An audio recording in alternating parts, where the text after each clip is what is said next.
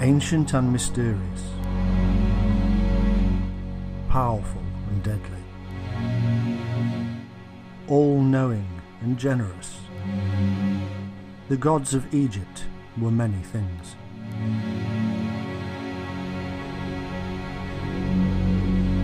They originated many thousands of years ago in a land far away from Egypt.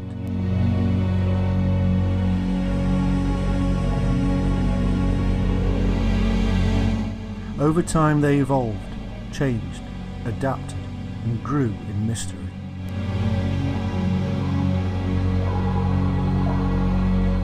Their stories are filled with great battles and vengeance, of cycles of nature and the balance of the very universe.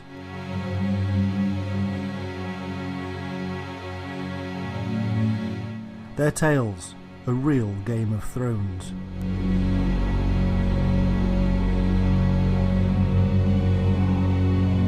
From the gods of the underworld such as Osiris and Anubis, to the gods of light such as Amun-Ra and Horus, the lives and actions of the gods of ancient Egypt explain our very existence and our place in the universe.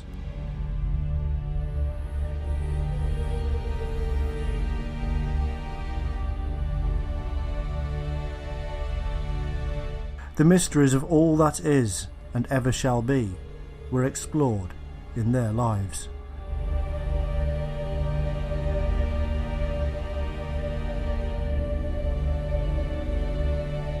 Their influence has travelled across continents and across time. Our own so-called religions are full of them under different names.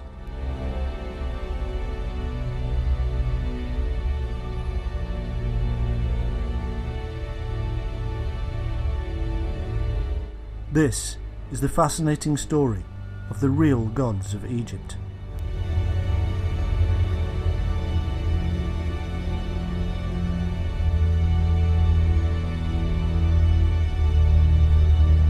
The ancient Egyptian religions were very complex.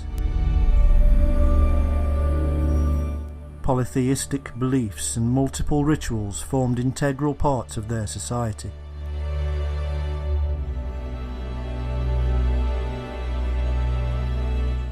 The gods were believed to be in control of and present within the very forces which controlled nature itself.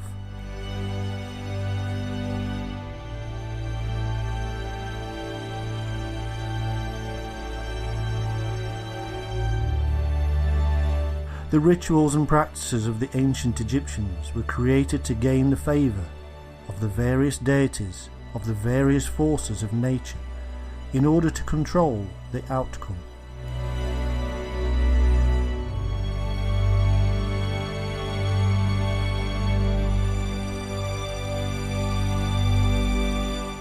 Most of the formal practices centred around the pharaoh, who was believed to be God on earth and possess his divine power or force.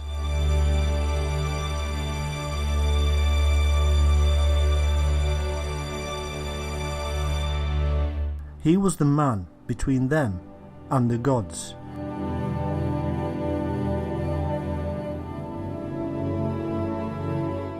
And it was his role to sustain the gods with rituals and offerings, so that they could maintain order in the universe.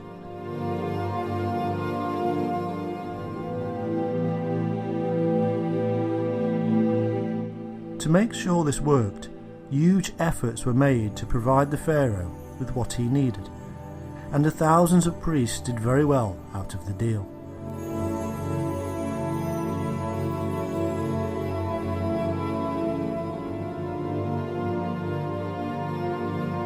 Massive constructions across ancient Egypt were testament to the importance placed upon appeasing and gaining the favour of the gods of force.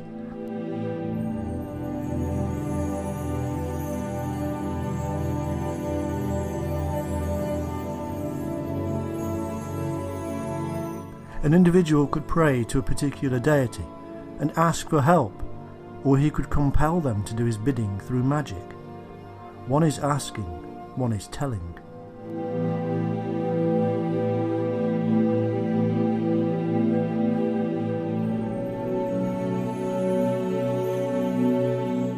There is a direct correlation between the rise of religious institutions in Egypt with the decline in power of the pharaoh.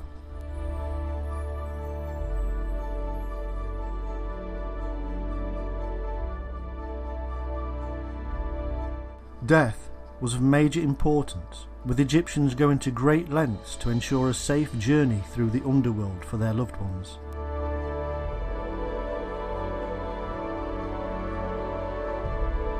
Funerary practices were expensive and often complicated. Tombs, grave goods, mummification, offerings and more all made it a rich man's game, but the poor did what they could.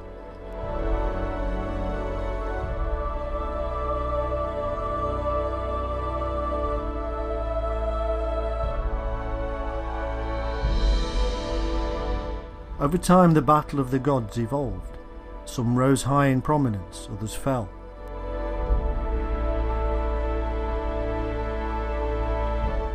It was all about the battles between the priests of the competing temples.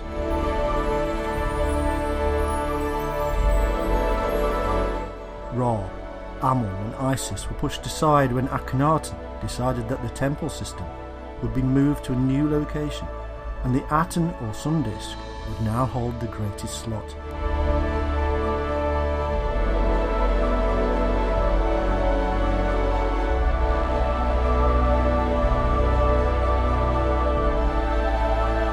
It did not last, and his new temple city disappeared beneath the sand.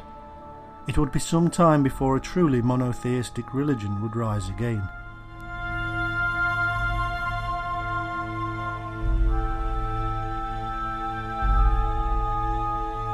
The gods of Egypt arise in a collection of myths from ancient Egypt which describe their actions as a method of understanding the world around them.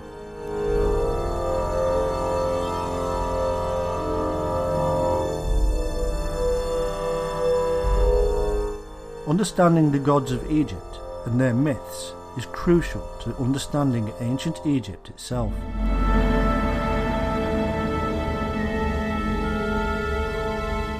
There is no separation of church and state, of life and religion, because all are intertwined.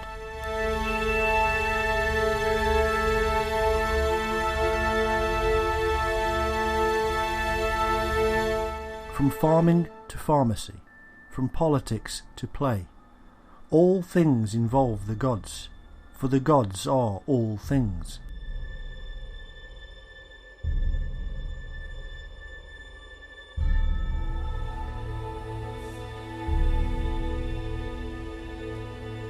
The myths are inspired by the cycles of nature itself.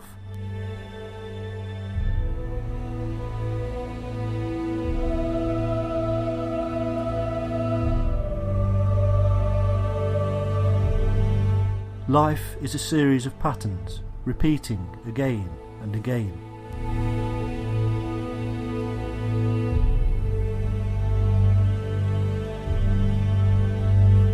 This is the present age to them. Before their time, things were linear, and events unfolded to create the patterns.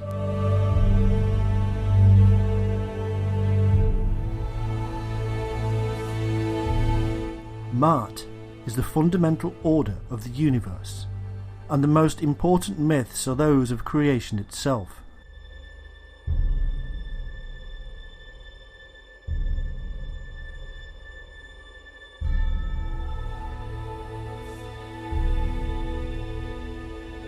Here, the gods formed existence from chaos, creating the patterns.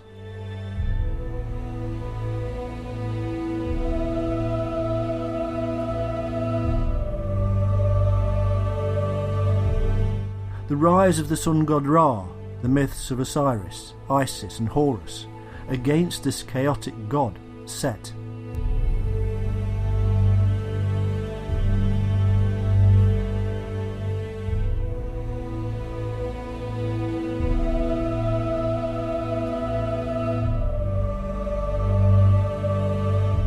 Ra rises in the sky and continues the pattern of existence.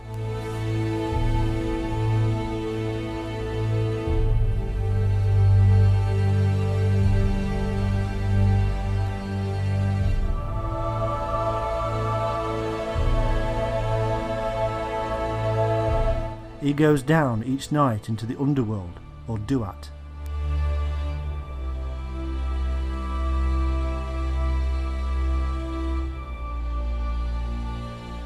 The struggle is constant against chaos.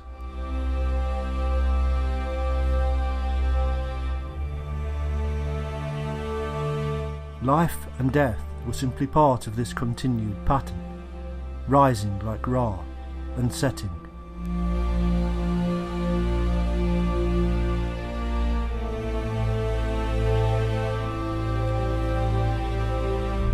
Mythology inspired and influenced Egyptian culture. Religious rituals and royal leaders, life and death, food, sex, education, art, culture, and more were all part and parcel of the greater living myth of the life of the gods.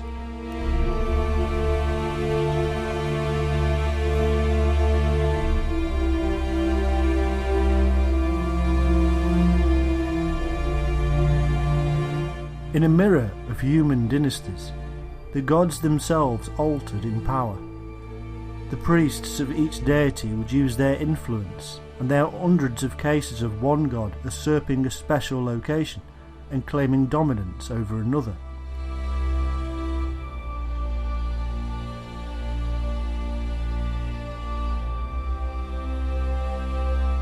A battle of the gods was truly at work.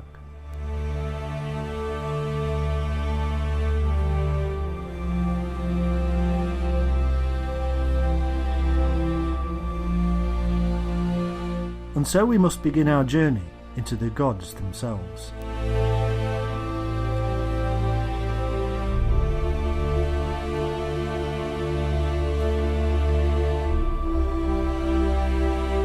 We begin with Amun.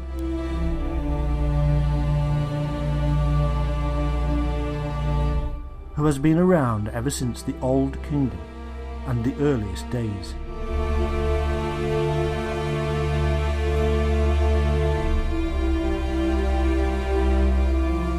Known as Amon and Amen, by the 11th dynasty he had become the patron deity of Thebes, the holiest of holy places for the gods.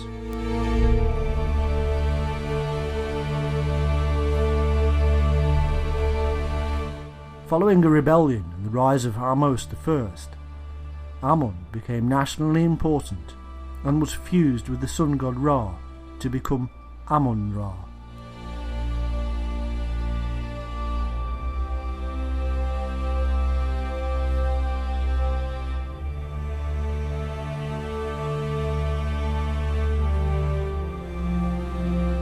Across time, Amun-Ra maintained his chief post. The only time this slipped was under the king Akhenaten, who raised Aten to the highest position.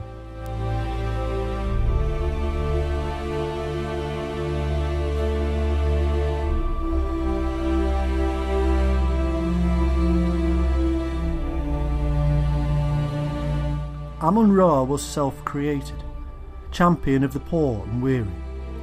Everybody loved and worshipped him. He was the king of all gods, and almost became monotheistic when other gods were said to be mere manifestations of him.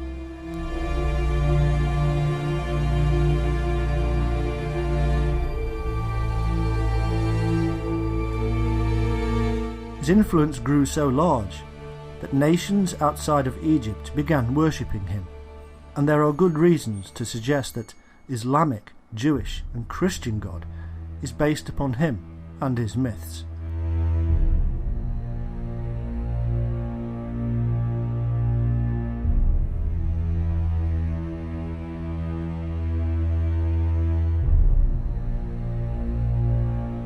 In Greece, Amun-Ra became known as Zeus.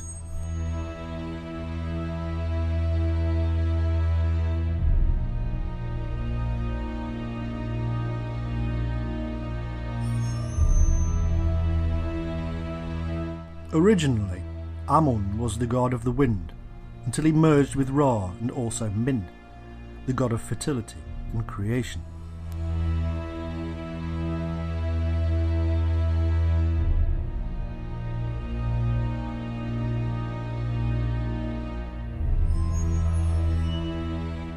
These newfound powers made him the greatest of the deities. From the Nubian sun god, he adopted the symbol of the ram.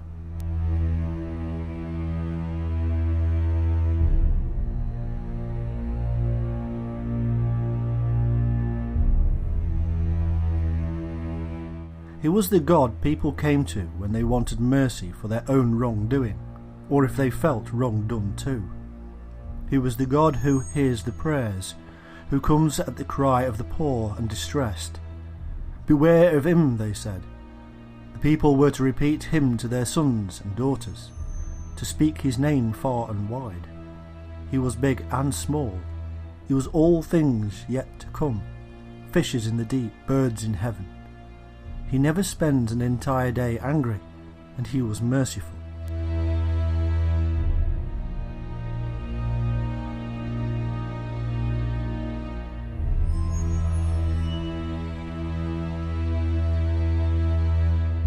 For many years the priests of Amun at Thebes were so powerful that they were effectively the leaders of the nation and held power over the economy.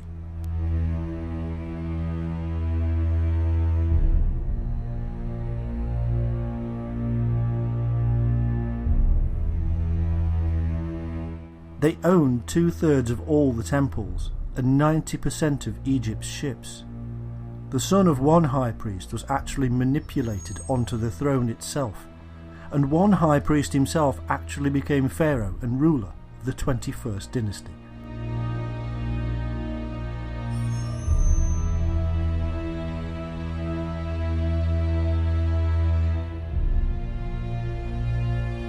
By the 10th century BC, this dominance began to decline, but his worship maintained.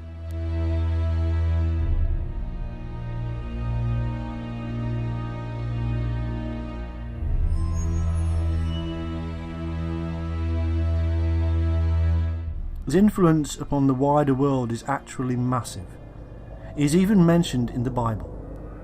In Greece he became Zeus Ammon.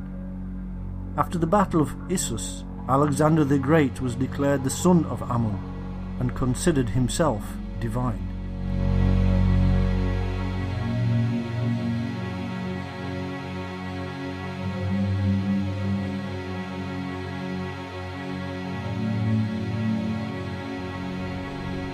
The words ammonia and ammonite are derived from Ammon because certain properties were said to be from Ammon.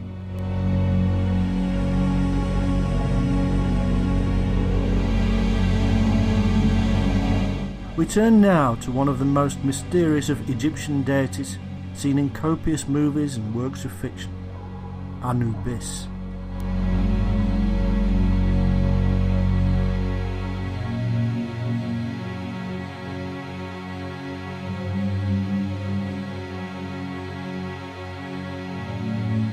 In truth, the word Anubis is the Greek name of an Egyptian deity associated with mummification and the afterlife.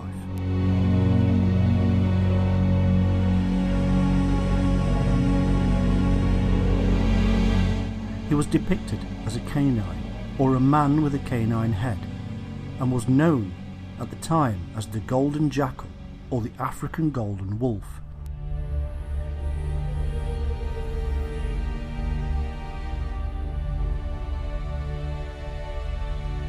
Just like other Egyptian deities, Anubis had many roles.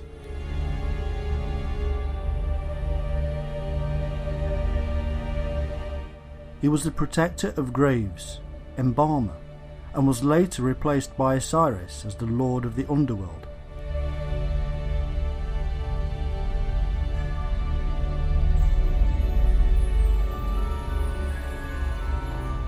He ushered souls into the afterlife and attended the weighing of their souls.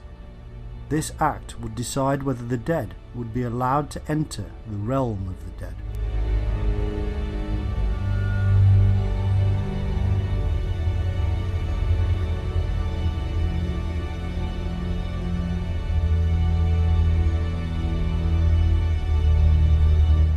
His colour is black, which symbolised rebirth from the colour of fertile silt of the Nile, and also the colour of a corpse which turns after embalming.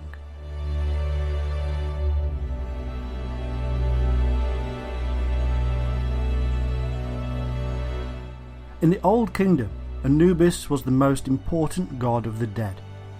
He was replaced in that role by Osiris during the Middle Kingdom.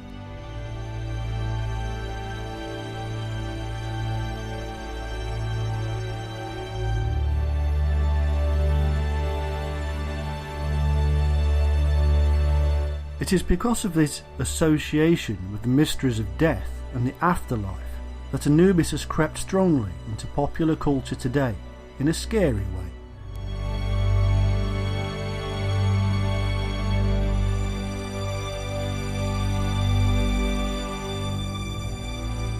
In fact, he was not at all scary and helped people who had suffered the loss of life to go to a better place.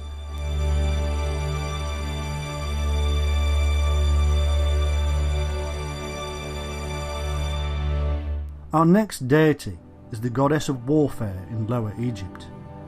In Greece, she is known as Eleuros.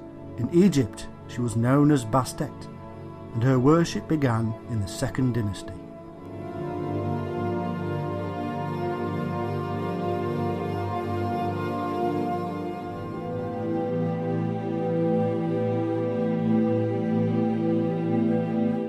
In Upper Egypt, they worship Sekhmet, the lioness goddess, in the same role, and normally at the unification of Upper and Lower Egypt, deities were merged, but in this case, Sekhmet and Bastet maintained their own identities.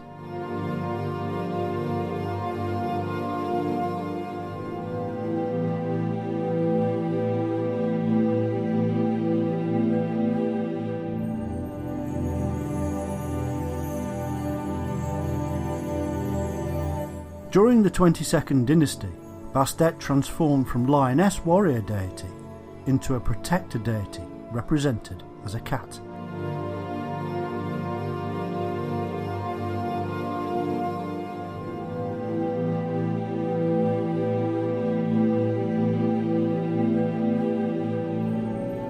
During later dynasties, the deity remained, but was assigned a lesser role in the pantheon by bearing the name Bastet instead of the earlier Bast.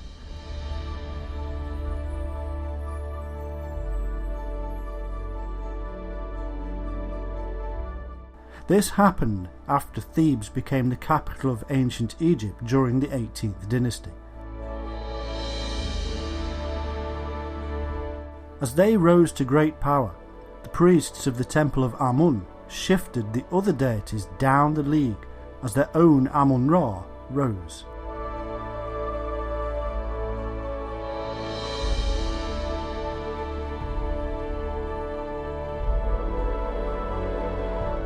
Bastet was originally a lioness warrior goddess of the sun throughout most of ancient Egyptian history.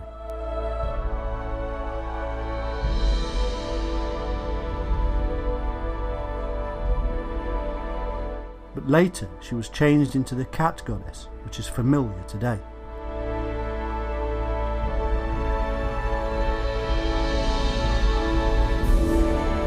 Greeks, occupying ancient Egypt towards the end of its civilization, changed her into a goddess of the moon.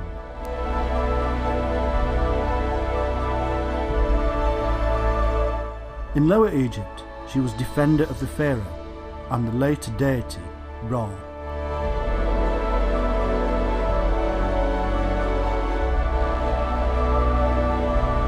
Her name was associated with the jars in which Egyptians stored their ointment used as perfume. Bastet thus gradually became regarded as the goddess of perfumes.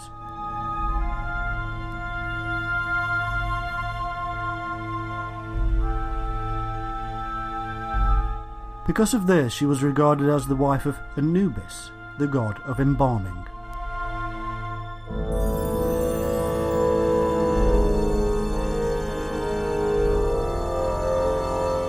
Our next deity was the most important of all the sacred animals in ancient Egypt.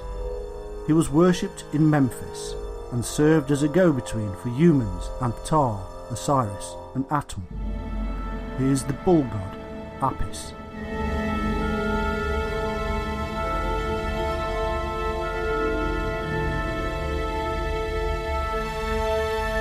His worship is there right at the start of Egyptian history, connected with fertility.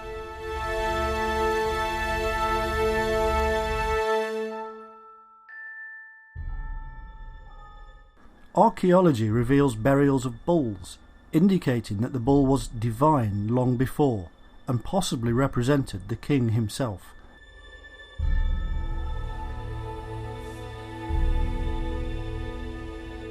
His worship continued after the Egyptians with the Greeks and even the Romans, and lasted until the 5th century AD.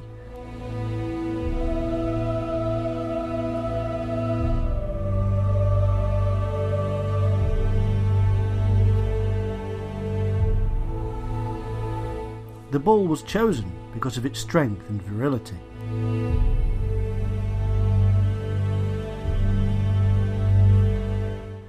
It was the manifestation of the pharaoh.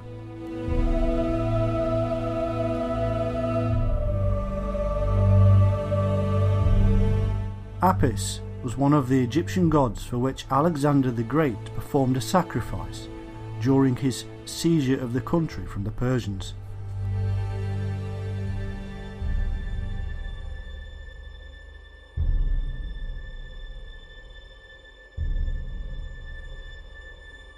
We turn now to one of the very earliest of Egyptian deities, Khnum, the god of the source of the Nile.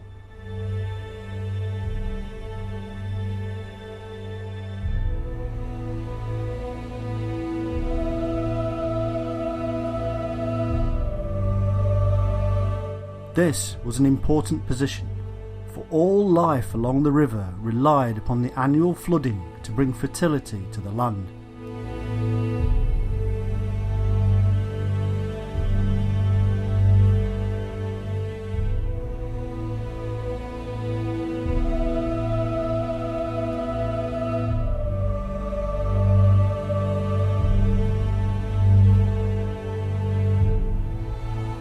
He was the god who created human children at his potter's wheel and placed them within the mother's womb. He was the divine potter.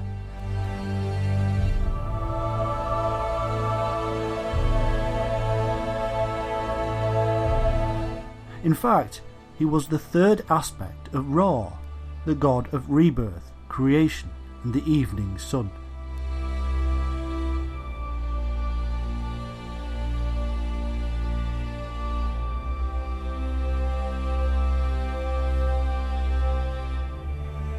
Now one of the most significant deities in Egyptian mythology, the god Horus.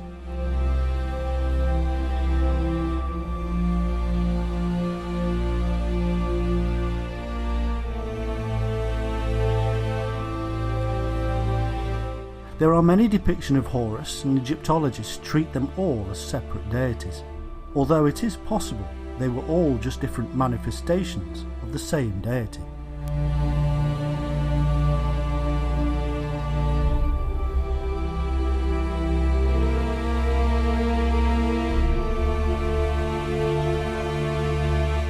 He is mostly depicted as a falcon or falcon-headed man.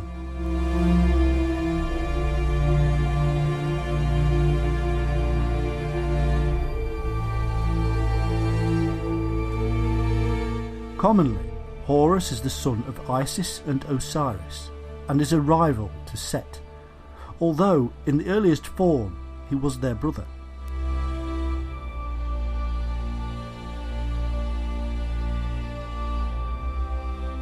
However, there is another tradition that Hathor was his mother and wife.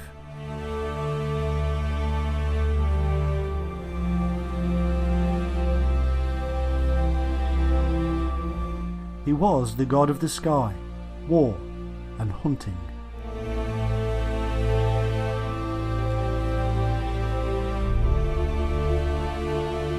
Horus means falcon, but also the distant one, and the one who is above.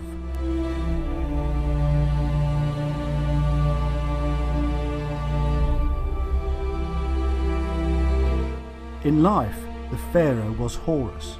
In death, he became Osiris, two aspects of the same soul.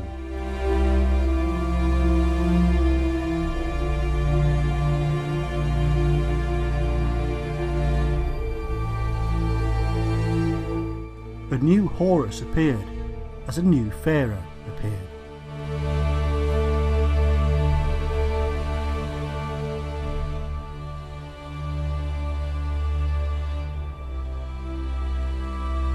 As the representation or embodiment of Horus, Pharaoh was divine, a god on earth, and because Horus was produced by Atum, the greatest, he was part of Atum, and so therefore was the Pharaoh.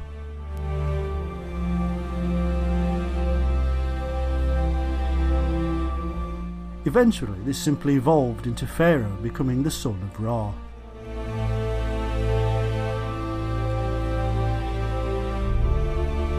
The myth of Horus is very interesting and parallels the Christian myth.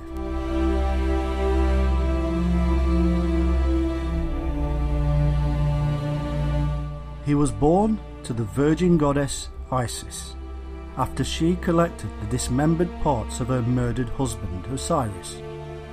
Only his penis was missing, which had been thrown into the Nile.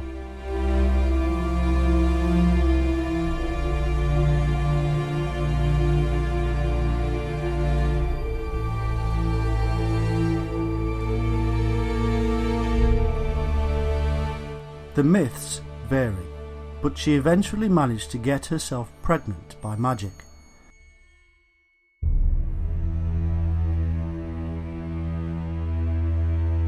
She fled to escape her jealous brother, Set, and gave birth to Horus.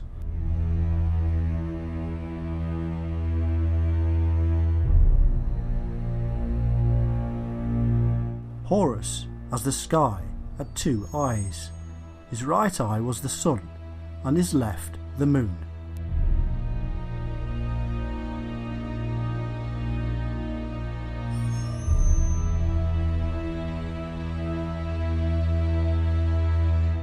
As a falcon, he flew across the sky.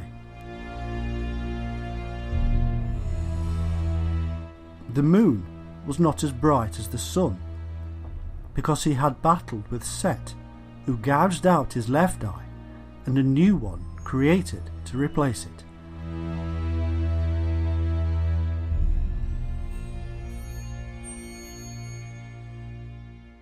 The Eye of Horus is an ancient Egyptian symbol of protection and royal power from deities, in this case from Horus or Ra.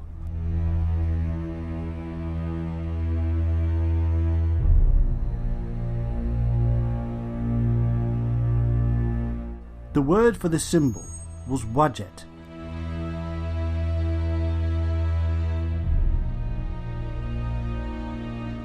It was the eye of the one of the earliest of Egyptian deities, Wadjet, who later became associated with Bast, Mut and Hathor as well.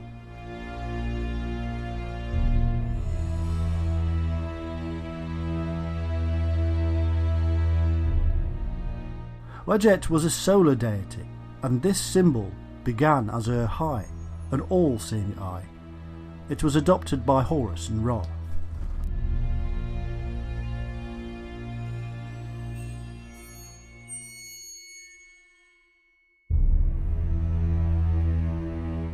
Horus was a god of war and hunting.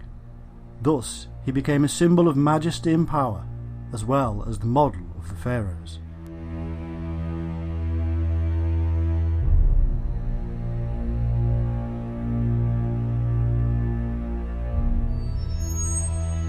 The pharaohs were said to be Horus in human form.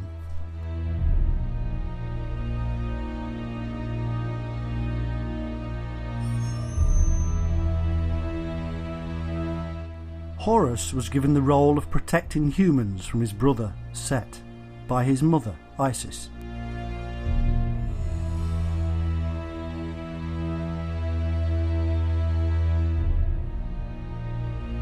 Set was the god of the desert who had killed his father, Osiris.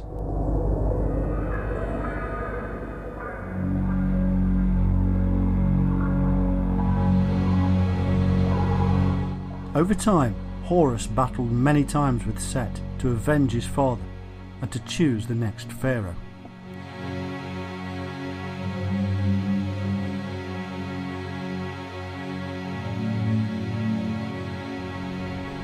The mother of Horus is the great Isis.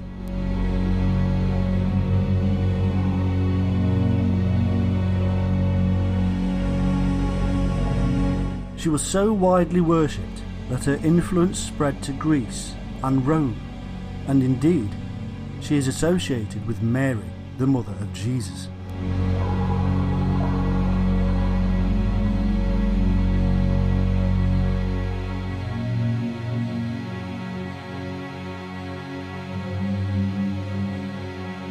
She is seen as the ideal mother and wife. She is the patron of nature and magic, a friend of slaves, sinners, artists, and yet she also hears the prayers of the rich, maidens and rulers.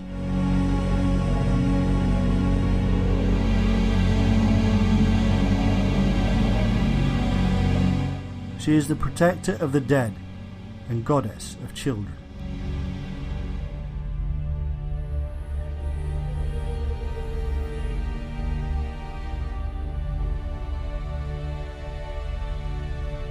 Her name means throne, and her headdress is often depicted as a throne.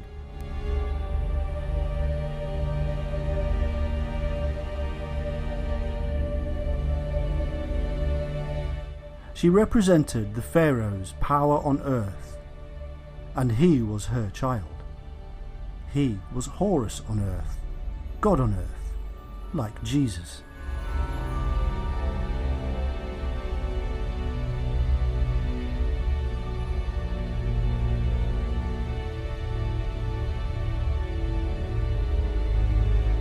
Her parents were Geb, the god of the earth, and Nut, the goddess of the sky.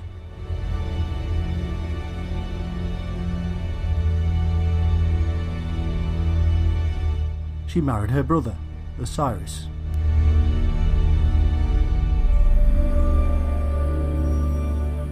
The Nile flooded each year from the tears of sorrow issued forth from Isis.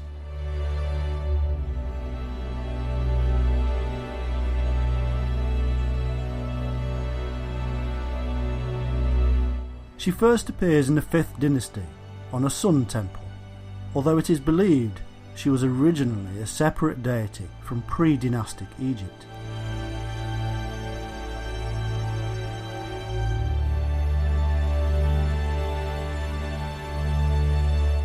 She's often depicted as the wife or assistant of a deceased pharaoh, and the mother of the 4 sons of Horus.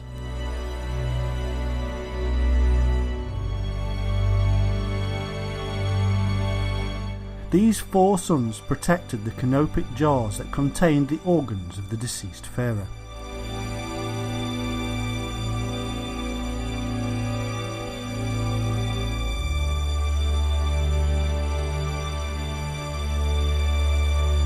Her worship was carried out in a temple known as Isium, with daily offerings from priests and priestesses.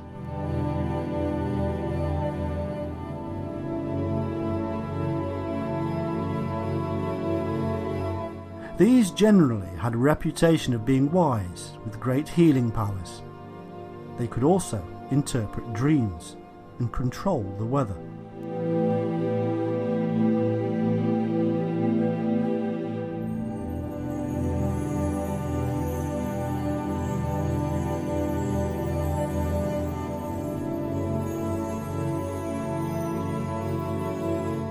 Isis was associated with the star Sirius, and its appearance was a sign of the new year.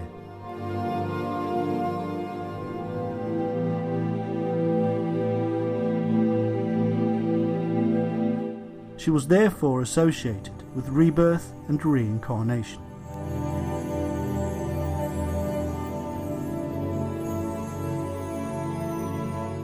One myth reveals a slightly darker side. Here, she tricks Ra into revealing his secret name by getting a snake to bite him.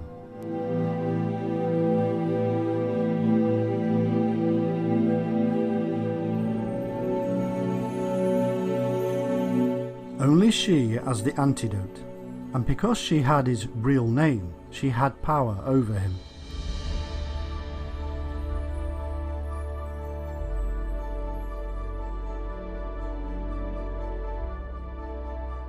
Having a secret name was important for magic spells.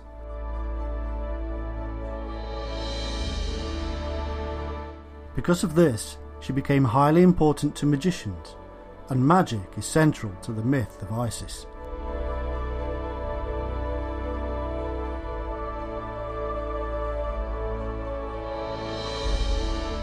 After the conquest of Egypt, Isis became known as the Queen of Heaven, and she merged with other mother goddesses such as Demeter, Astarte, and Aphrodite.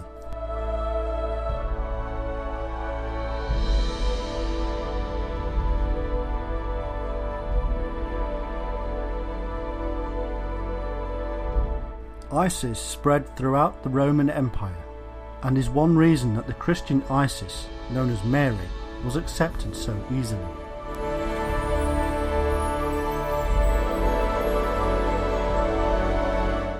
The Greek antiquarian Plutarch describes Isis as a goddess exceptionally wise and a lover of wisdom, to whom, as her name at least seems to indicate, knowledge and understanding are in the highest degree appropriate.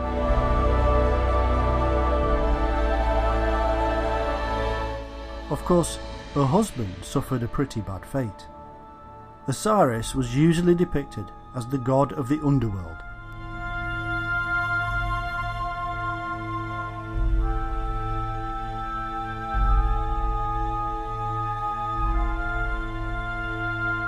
He was also the god of transition, resurrection, and regeneration.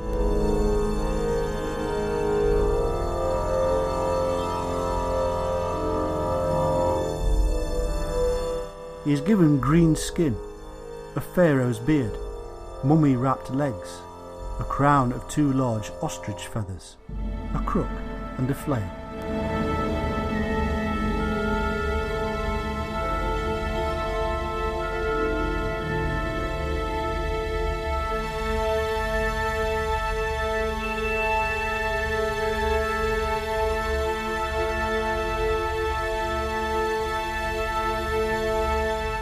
He was once believed to be the eldest son of the earth god Geb, or the sun god Ra, and the earth goddess Nut.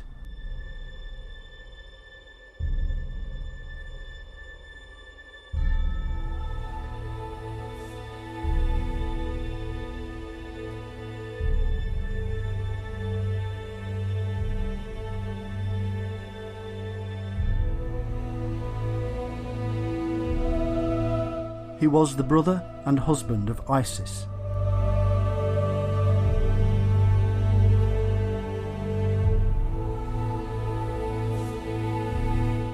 And his son was Horus.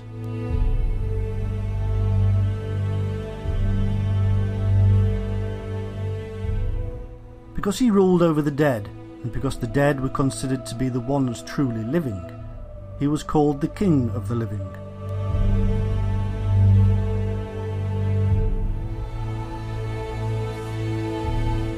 He was the judge of the dead in the afterlife, and from his place in the underworld he granted life to all those things such as vegetation rising upwards.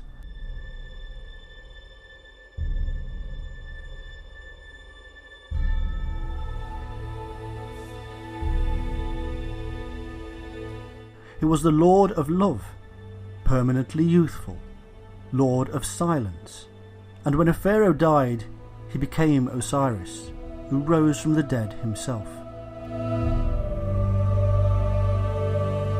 In this way they inherited eternal life.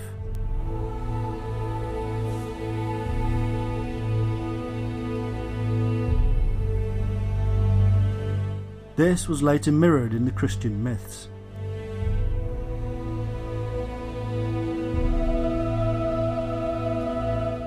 Eternal life through the slain God who rose from the dead, who was the son of Mary or Isis.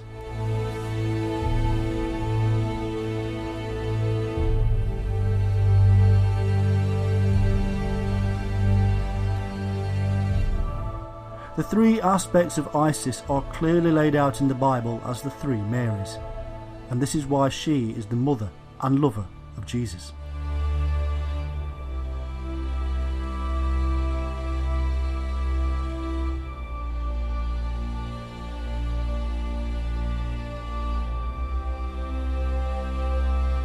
His name probably means powerful one or God Almighty, although nobody is certain.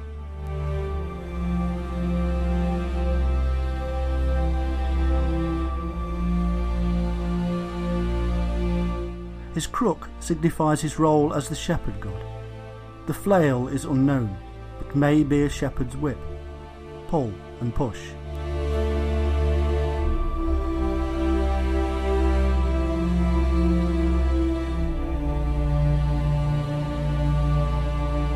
His green colour symbolises rebirth.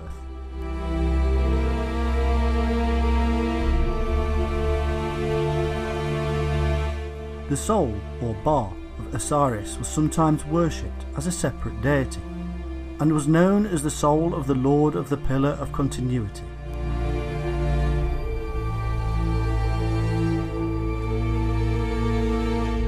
This was the backbone of Osiris, and the Nile itself, the backbone of Egypt.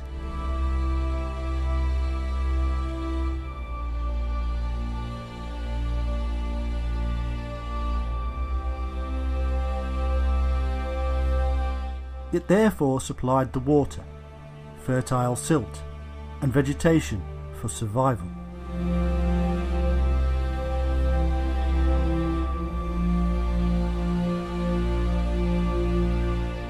He died only to be resurrected again each year.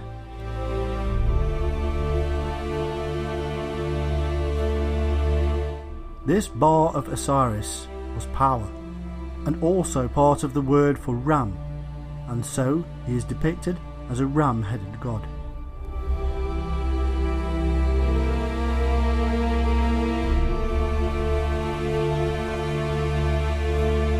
The living, sacred ram was in fact worshipped and mummified as holy.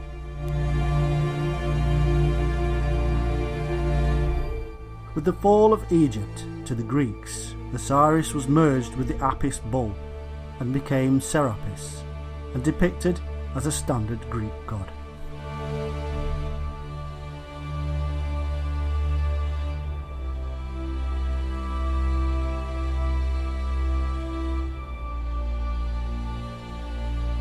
His cult continued on the island of Philae in Upper Egypt until the 6th century AD, until the Romans destroyed the sanctuaries, arrested the priests, and seized the divine images.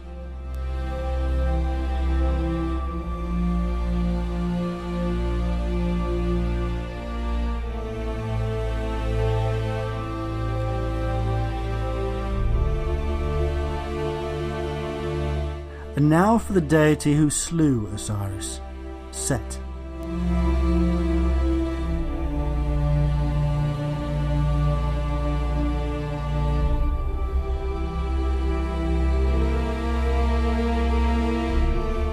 He is the god of the desert, storms, disaster, violence, chaos, and foreigners.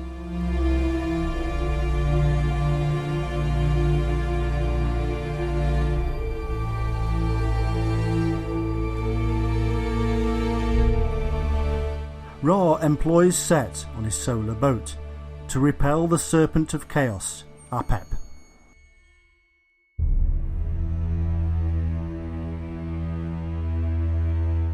He was a balance to Horus as the lord of the Red Desert, whereas Horus was the lord of the Black Land, or fertile soil.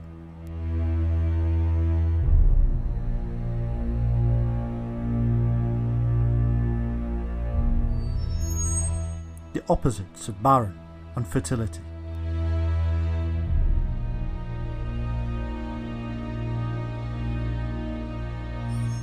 He killed and mutilated his brother Osiris. Isis put him back together and had Horus as a child. Horus and Set did battle many times.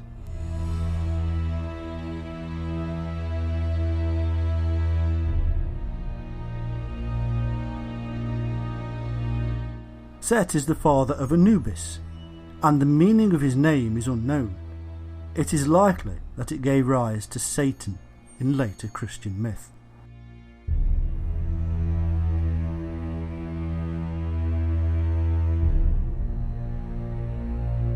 He is often depicted as a strange and unknown beast.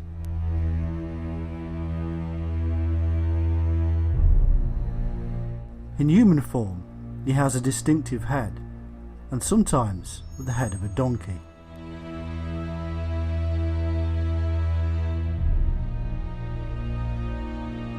In the mythology of Heliopolis, like Osiris and Isis, Set was born of the sky goddess Nut and the earth god Geb.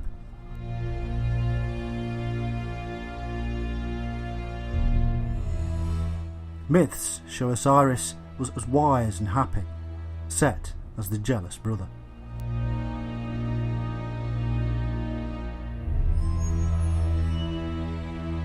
His cult continued for some time and influenced Christian and other religions.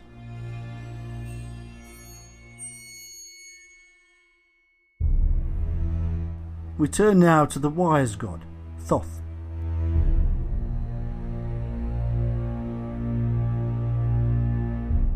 He is depicted with the head of an ibis bird, or a baboon.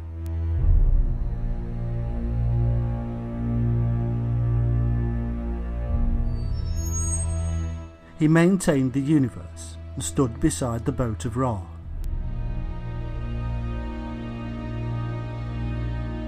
He would later arbitrate between the disputes of the gods.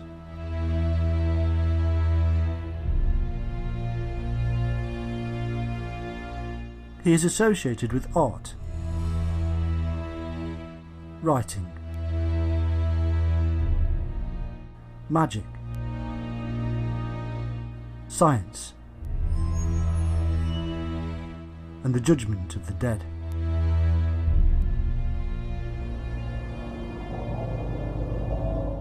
His name simply means he who is like the ibis.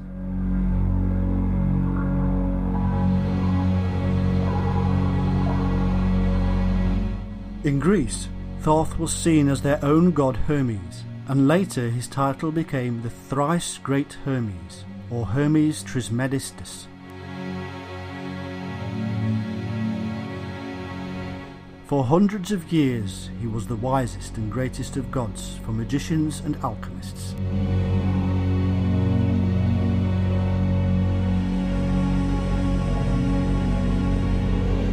As the ibis-headed human form, he represents the reckoner of time and season.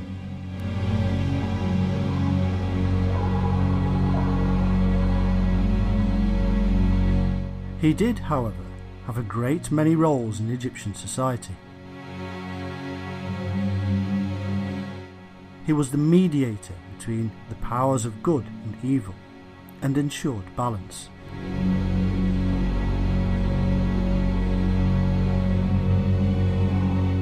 He was the scribe of the gods and is credited with inventing writing and alphabets.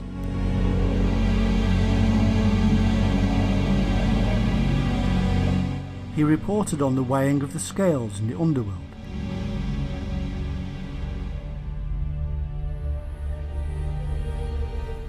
He was self-created and master of physical and moral law.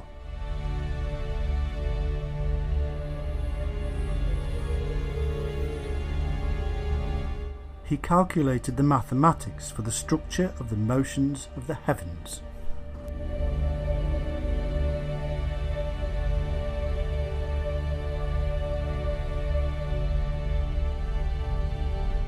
The Egyptians believed that without his words, the gods themselves could not have existed.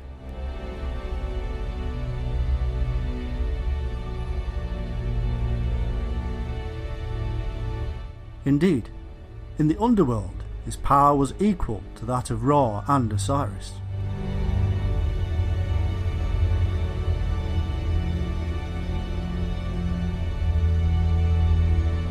He was the author of all science, religion, philosophy, and magic. And the Greeks said he invented astronomy, astrology, mathematics, geometry, medicine, theology, government, and much more.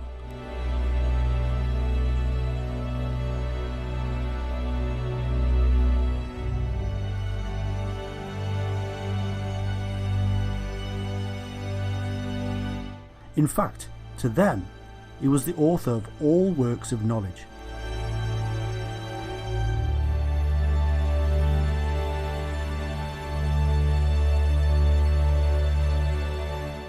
Originally, Thoth was a moon god, providing light in the darkness and standing beside Ra, the sun god.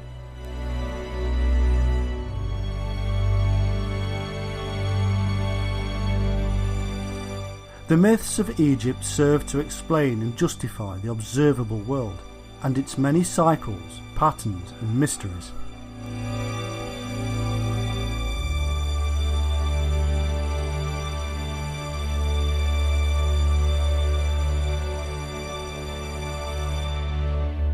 The nature of order and chaos. The cycles of life and death, of fertility, seasons, light in the sky, life underwater, the fate of the universe itself.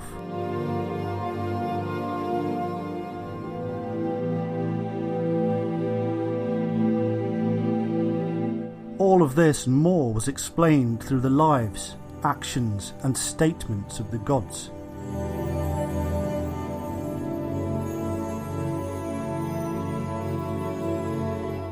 From the earth to the sun, from knowledge to imagination,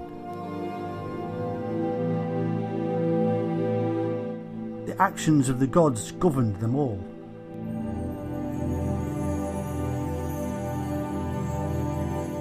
All forces had divine inspiration behind them.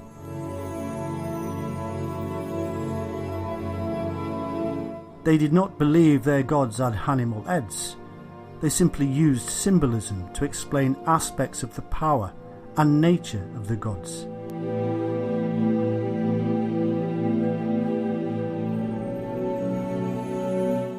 As their own writing system of hieroglyphics was symbolic and held multiple meanings, so did their concepts of the gods.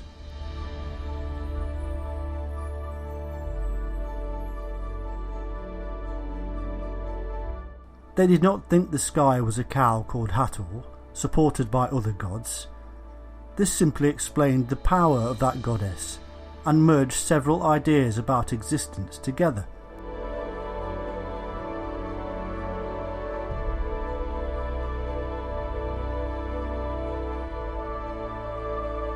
Even though there were temples and statues depicting the gods, the real realm of the gods cannot be known or imagined.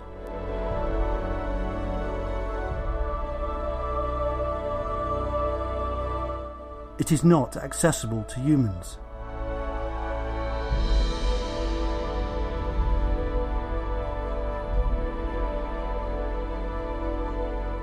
The myths create stories to explain in human terms what it all means.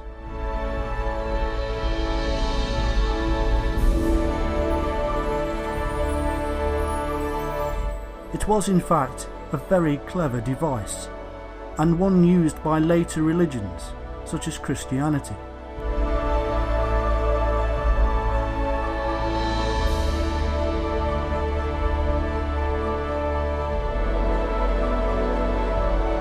The myths are in fact never fully developed. We have to fill in many missing blanks.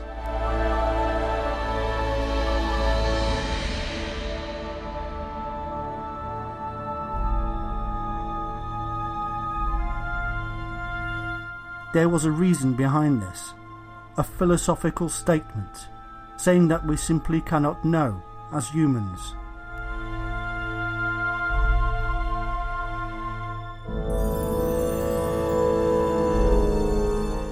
They only had general outlines and fragments, and the gods themselves would not pass the script test for a Hollywood movie because their characters are never fully developed.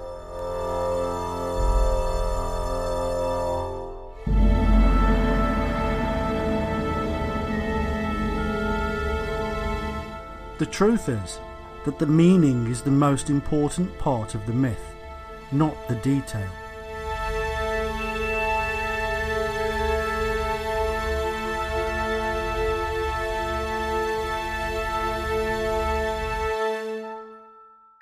As long as the meaning remained, what did it matter that a mere detail was altered?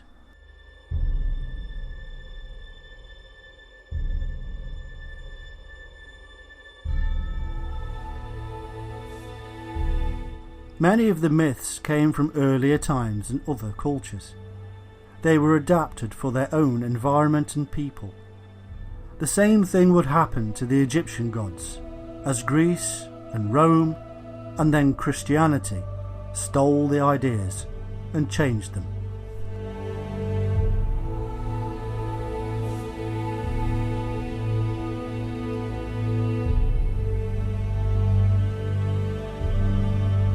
I totally believe that the gods of ancient times could actually have been aliens. I don't know if you remember the big Mayan 2012 calendar scare. Everybody thought the world was going to end, and it was significant because it was actually a really good friend of mine's birthday. So we actually threw a party, being stupid and kind of making fun of the situation. But what happened out of that is it got me into researching both the Mayans, Mesoamerica, and particularly the Aztec people really came to interest me because they had so many gods and so many deities, things that were part of their everyday culture. They had god of wine, god of fertility, god of birth, god of war, god of maize. In fact, if I remember correctly, they actually had 4 different gods for corn. One for red corn, one for yellow corn, one for white corn, one for black corn. So they have these deities that they assign to significant portions of their life. But if you look into the Aztec culture a little bit more, what's crazy about that fact is they actually had 400 celestial sky. They had 400 sky gods. 400. During the day, they had 400. And then they had 400 at night. Mimics Koa, if I remember the name correctly. These 400 sky gods just during the daylight hours, and then another 400 at night. They assigned significant values in their culture to deities, to these forces that they didn't understand. And the important things every day, think about that, how essential corn was to their culture and just living day in and day out and surviving. And somehow they also assigned gods to not only that, but also to sky deities. Now think about that for a little bit. It makes you wonder, if they assign value as a culture to those 2 things significantly, both corn, fertility, birth, war, the highlights of life, it would be crazy to think that they would just arbitrarily assign 400 to sky gods. I totally believe that they knew something that we might not know or may have forgotten. Aztecs, Mayans, Mesoamerican cultures, this is repeated time after time after time in their storytelling. Just look at their artwork. It seems like they're trying to describe something in their own style that they can't quite understand. I look at these pictures, I look at this artwork that clearly people labored over, put time into, and some of it appears to be feathered serpents, which of course we look upon and kind of don't have a modern day equivalent, I guess you could say. But some of it you look at and it's not fangs or teeth, it's what appears to me tubes, what appears to me technology, what appears to me something that is foreign to their culture. You look at the art of something that is theirs, something they understand, and it's very well defined. You can identify purses and people carrying things, but then you see these headdresses or people wearing masks in their artwork, and it looks like a child kind of describing something that they don't understand completely, but it kind of looks like this. I can completely see that. I think the Aztec, Mesoamerican, the Mayan cultures knew something but didn't know how to put it down.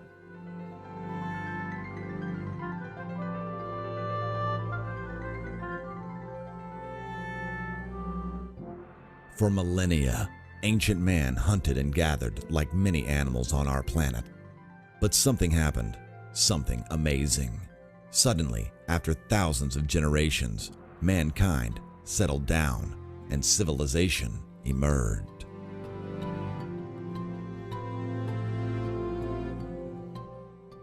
Soon humanity was ordering his own society. Creating rules and regulations, laws emerged as if from nowhere. Complex tools, art, literature, agriculture, transport, and more emerged as if by magic. We looked to the stars, the very heavens above us, for navigation, inspiration, and to inform us of the time of day and even year. We built huge monuments to the gods we saw above us, to the same gods we claimed had come down to us from heaven and given us knowledge and life. A new phase in so-called evolution had begun. A new humanity had emerged.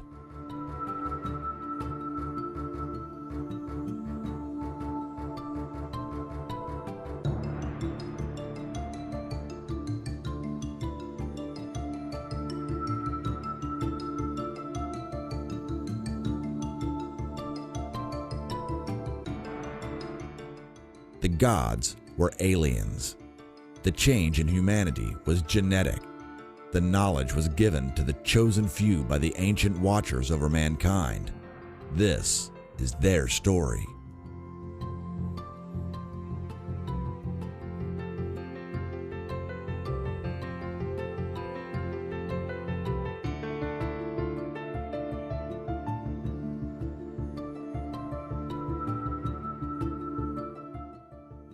We have two choices.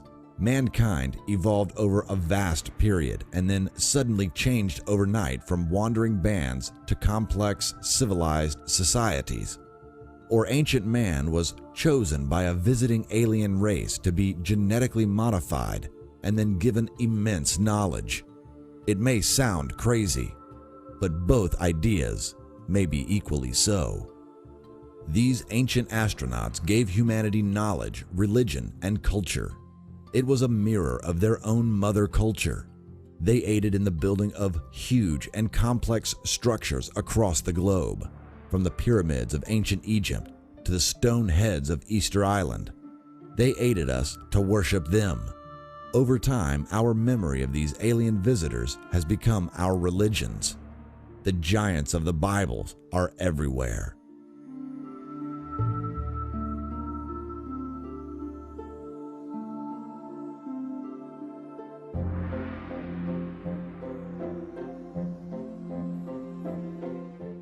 Many say this idea is madness, that history is known to us, that we know the course of human advancement, but these claims are wrong. There are in fact a great many gaps in the documented historical and archaeological records. These gaps can only be filled with an external explanation. There is in fact a huge amount of historical and archaeological evidence to prove that our history was created by the ancient astronauts. Artifacts that we have discovered from ancient times that simply do not fit in with the period. Artifacts beyond the capabilities of early man. Artifacts that reveal the likeness of our alien ancestors, angels, fairies, giants, and other beings from tales of times past. Are folk memories of our ancestral deities. An archaeological example of these folk memories are the Dogu figurines from Japan, dating back to as far as 1000 BC. There are no reasons known to have these strange humanoid depictions unless they are artistic interpretations of the ancient gods that descended from the skies.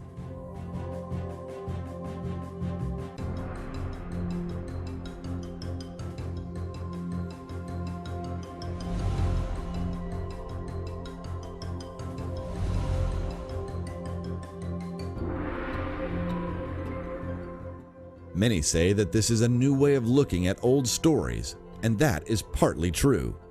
But the idea of ancient alien gods is not from the 21st century, nor is it solely from the 20th century. It dates back to the late 19th century and yet was ignored. It only started to become serious in the mid-20th century when Harold T. Wilkins proposed it seriously. In fact, it wasn't until the 1970s that scientists decided the idea needed to be clearly shot down. They did an excellent job, and by the 1980s, the very idea of ancient aliens had become a joke. And yet, in the 1960s, scientists suggested that we should take the idea of alien visitation seriously, even if as a working hypothesis. Carl Sagan stated that repeated visitations by alien cultures to planet Earth was plausible, and that ancient historical narratives or fables were able to offer reliable descriptions of contact.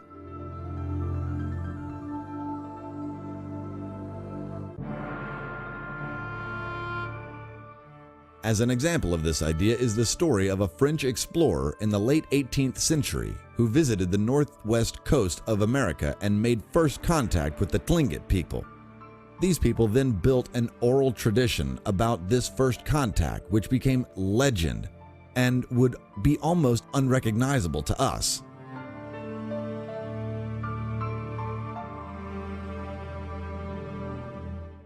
The point here is that a brief contact with an alien culture is recorded by humanity, even if in oral tradition. When such contact is written down or recorded in artifacts, then the evidence becomes even stronger. The beauty of this is that there are copious amounts of such evidence from around the world, as we shall see.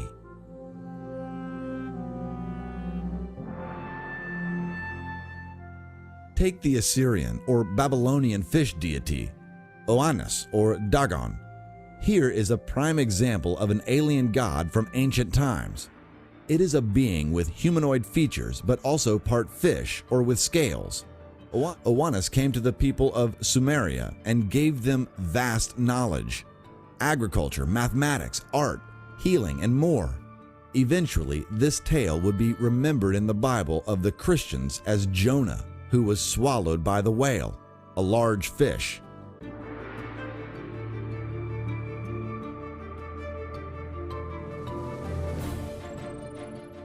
In the Bible, Jonah is special to the heavenly God. He is a prophet or speaker on his behalf. He is sent on a mission to pass on God's knowledge to the people. It is only by being launched from the mouth of a giant fish and landing safely on shore that Jonah could get the stupid people to listen to him.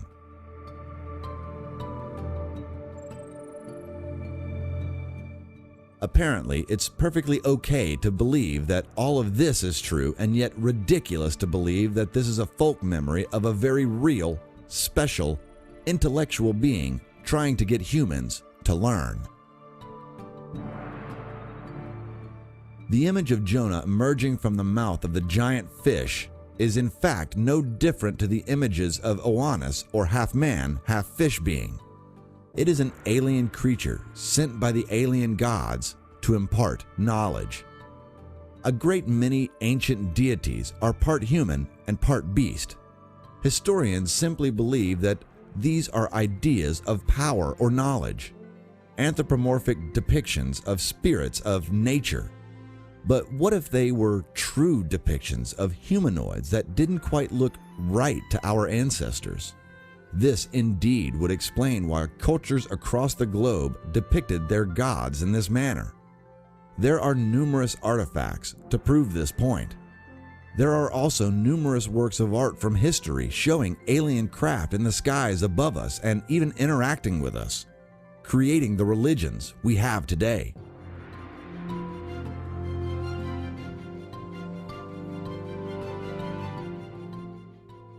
We do not have to believe that our ancient monuments and artifacts were made by ancient aliens. We simply need to see that they were influenced by them, that they are mankind's ideas of the things they saw and experienced, depictions of alien creatures with seemingly omnipotent knowledge and power.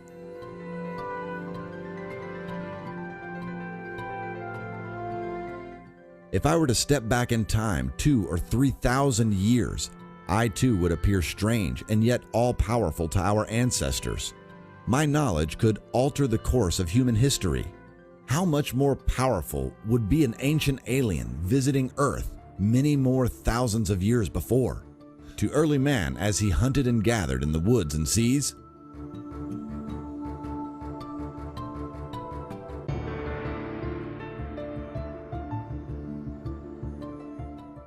Great monuments around the world still to this day hold secrets within them that man in the 21st century has yet to unlock. How can it be that the builders of Stonehenge 4,000 or 5,000 years ago knew so much more than we do? How it could be that the great pyramids of Egypt are still holding on to their secrets? It is simple. The knowledge has been lost, or it left in craft and flew back to heaven.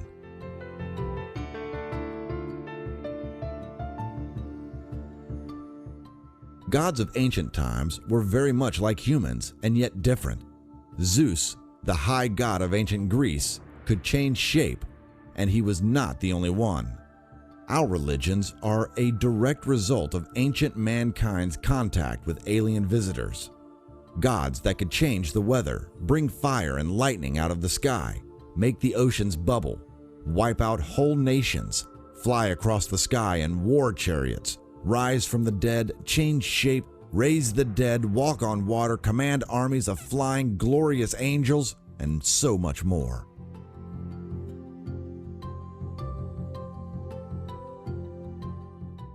Where these ancient beings came from, we simply do not know, but they came.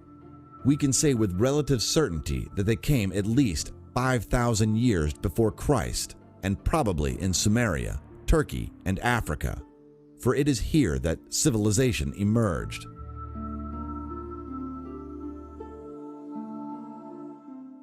There is one all-encompassing being that rules them all and which has entered into every religion, fable, and myth across the globe. It has been misunderstood as a reptile by some, but the truth is that our ancestors saw this wise, all-knowing, and healing deity as a serpent.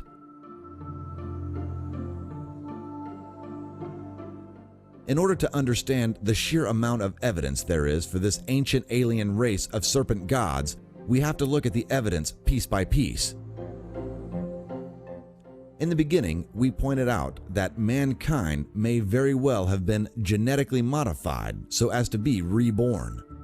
This, then, must lead us to the origin story of mankind, and a great many of them all speak of the same thing: a serpent-related origin. Let us look at the most famous of these, Adam and Eve.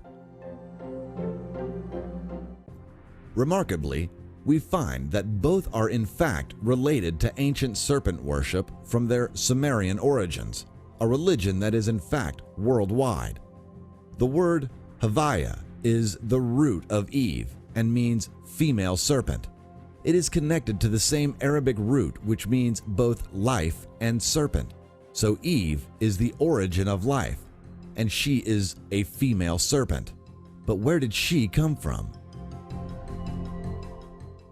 The Persians call the constellations serpents, the little Avas or Eve. This is a folk memory of the origins of the mother of mankind. Little Eve, the female serpent, came from the heavens. But what about Adam? In Old Akkadian, Ad means father, and Adam was closely associated in legend with Seth, Saturn, Thoth, and Teatus, who were all serpent deities. So Adam is the father serpent of mankind.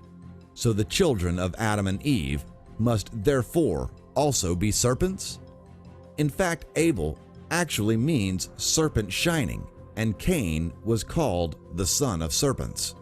So Adam and Eve, the progenitors of the human race, were serpents from heaven and gave birth to shining serpents. Why would this be if not to explain the origin of our species to those with the eyes to see? Maybe they've not been looking in the right place. Maybe they should look in the Bible, the book of Genesis, chapter 6, verses 1 and 2 and 4 states, "When human beings began to increase in number on the earth, and daughters were born to them, the Son of God saw that the daughters of humans were beautiful, and they married any of them they chose. The Nephilim were on the earth in those days, and also afterward, when the sons of God went to the daughters of humans and had children by them. This is extremely clear.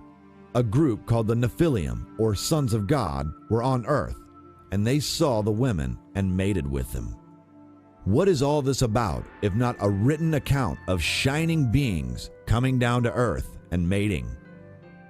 The King James Version translates Nephilim as giants. Amazingly, the very idea of there being giants upon the land is not only to be found in the older texts of the Bible, they are in fact to be found across the world. This is clear evidence that these starmen were of larger stature. Across Europe, great monuments such as Stonehenge were said by oral tradition to have been built by these giants. This makes complete sense because these monuments are from the exact period we are discussing and were observatories of the heavens. Great technological feats by ancient man indeed. These advances were made by the great shining ones, the serpent alien beings that gave rise to ancient Sumeria.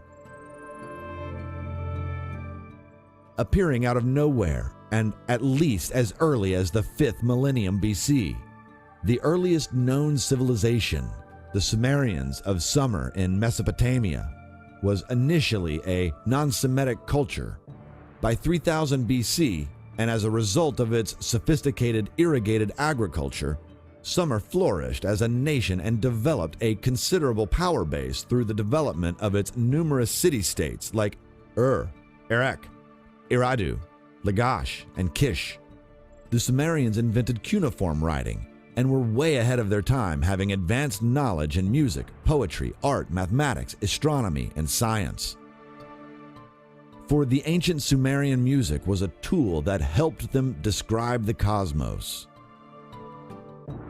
In Sumerian creation myth, the angels, known as the Anunnaki, or great sons of Anu, were the founders of their culture. The names angel, Anunnaki, and Anakim have much in common. They are indicative of the ancient alien ancestors who brought the secrets to the rest of the world. Interestingly, Anunnaki is phonetically similar to the Hebrew Anakim, the giant race, and also Ngakak, the shaman from Greenland to Alaska. These ancient alien beings are in the Bible as angels and gods, or Elohim, because the Hebrews utilized the Sumerian myths when writing their own. The book of Enoch in the Bible tells us that the sons of God were in fact called watchers and numbered around 200, an elite group of beings that watched over mankind. They are said to have descended to earth and bred with humans. They had offspring, and these were called Nephilim, or giants. Mankind was given great knowledge by these watchers and Nephilim, but eventually the Nephilim and mankind turned against each other and God stepped in. The humans, who had gained the greatest knowledge, the watchers and the Nephilim, were destroyed in the Great Flood. This knowledge imparted upon mankind was metallurgy, cosmetics, sorcery, astrology, astronomy, and meteorology. It appears that the gods were worried that mankind had become too powerful, a threat to themselves, and so, with their great power, they caused a flood, leaving behind only the remnant of mankind. In the Bible, the Watchers are described as fallen angels. Is this one of the first ever science fiction books? Or is this a bastardized version of the history retold by the new Hebrew religion in their own book?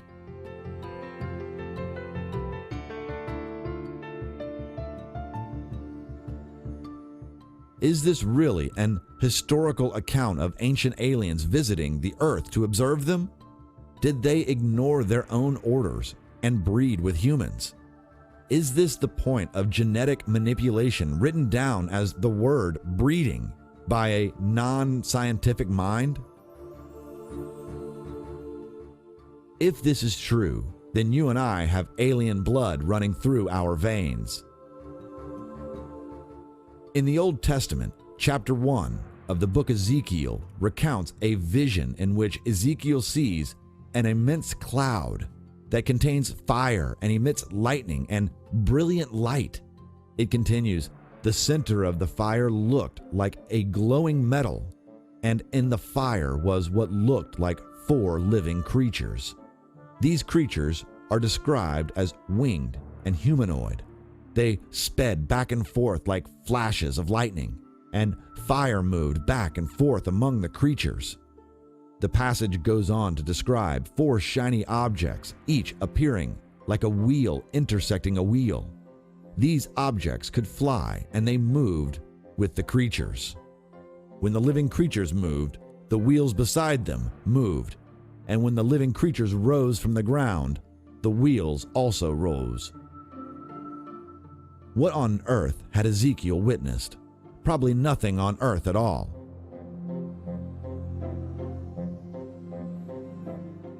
This is obviously an ancient man's depiction of a UFO lighting up the sky. In fact, the Bible is full to brim of alien history. There are powerful, holy weapons that are capable of wiping out mankind, such as the Ark of the Covenant. There are angels flying down to earth, ladders to the heavens, a Messiah rising into the sky back to the heavens, floating beings walking on water, shape-shifting, and so much more.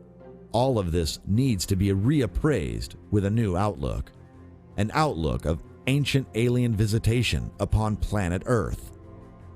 The history of mankind shall remain incomplete until we do.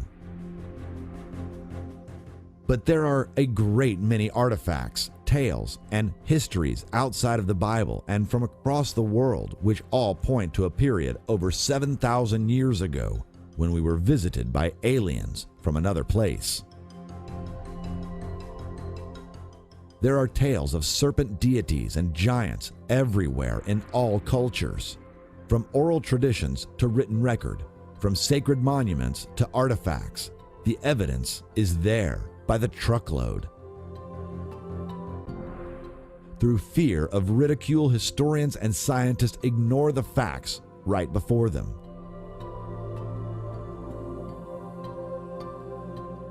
Let us return to the Watchers once more, for herein lies the truth. When Cain and his wife bore Enoch and built a city called Enoch, we have the people of Cain, or the son of serpents, being consecrated before God. Enoch was the son of Cain, who was the son of Adam and Eve. He was therefore himself one of the Nephilim, the sons of aliens.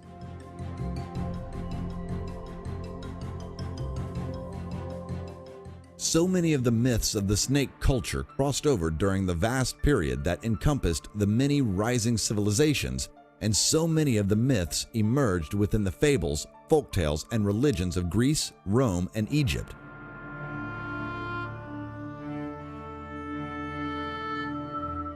They took on the ideas of the earlier beliefs and fostered them, adding their own unique element.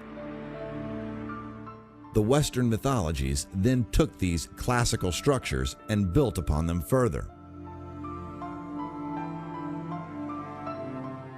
But we can see the prevalence of the serpent culture even within the names of the various places and deities from antiquity. Eusebius is credited with announcing to the world that even the Zoroastrians called their expansive heaven after the serpent. This is true of many cultures. The heavens was described as the place of serpents.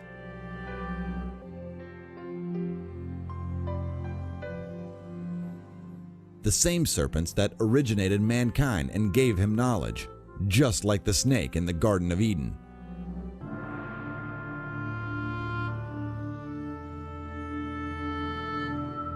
In Chaldea, the most ancient of places, the city of Opis on the Tigris is named after the serpent, and it is said that the people there were addicted to the divination and worship of the serpent.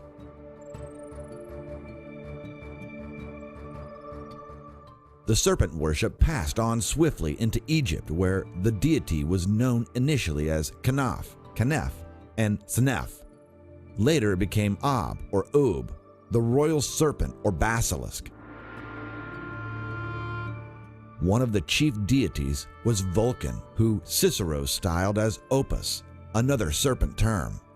This was the same god as most Osir, Osiris, the sun god.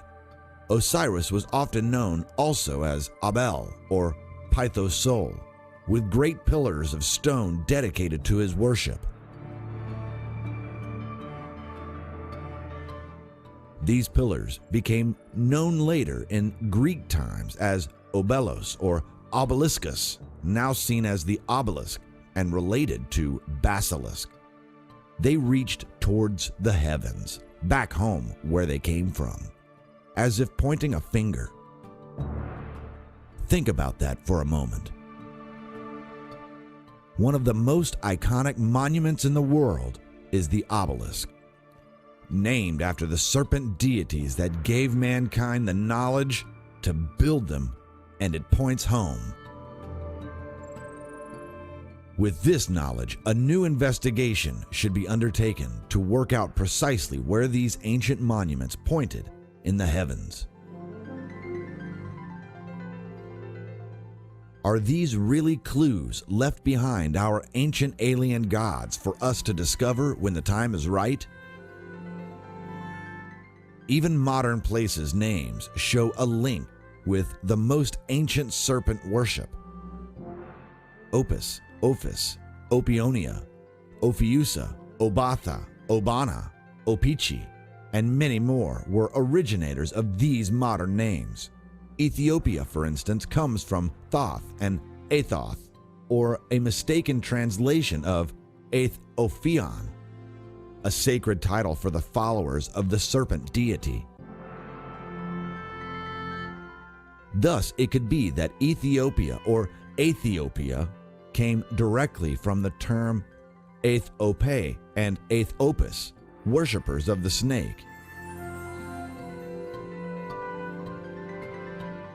Even the original names for roads shows the remarkable divergence of the snake cults. A people called Kuthites or Haliadae settled on this beautiful island, and they were also known as Hivites or Ophites, followers of the snake. The island was named Ophiusa. There is the oral tradition which emerges that Rhodes was once swarming with snakes. It was in fact swarming with snake followers. The modern term for Rhodes could also be from the Syriac term for serpent, Rad. The same myths are true of many places. Even Cyprus was once called Ophiusis or Opiotis, from the proliferation of serpents said to have been found here.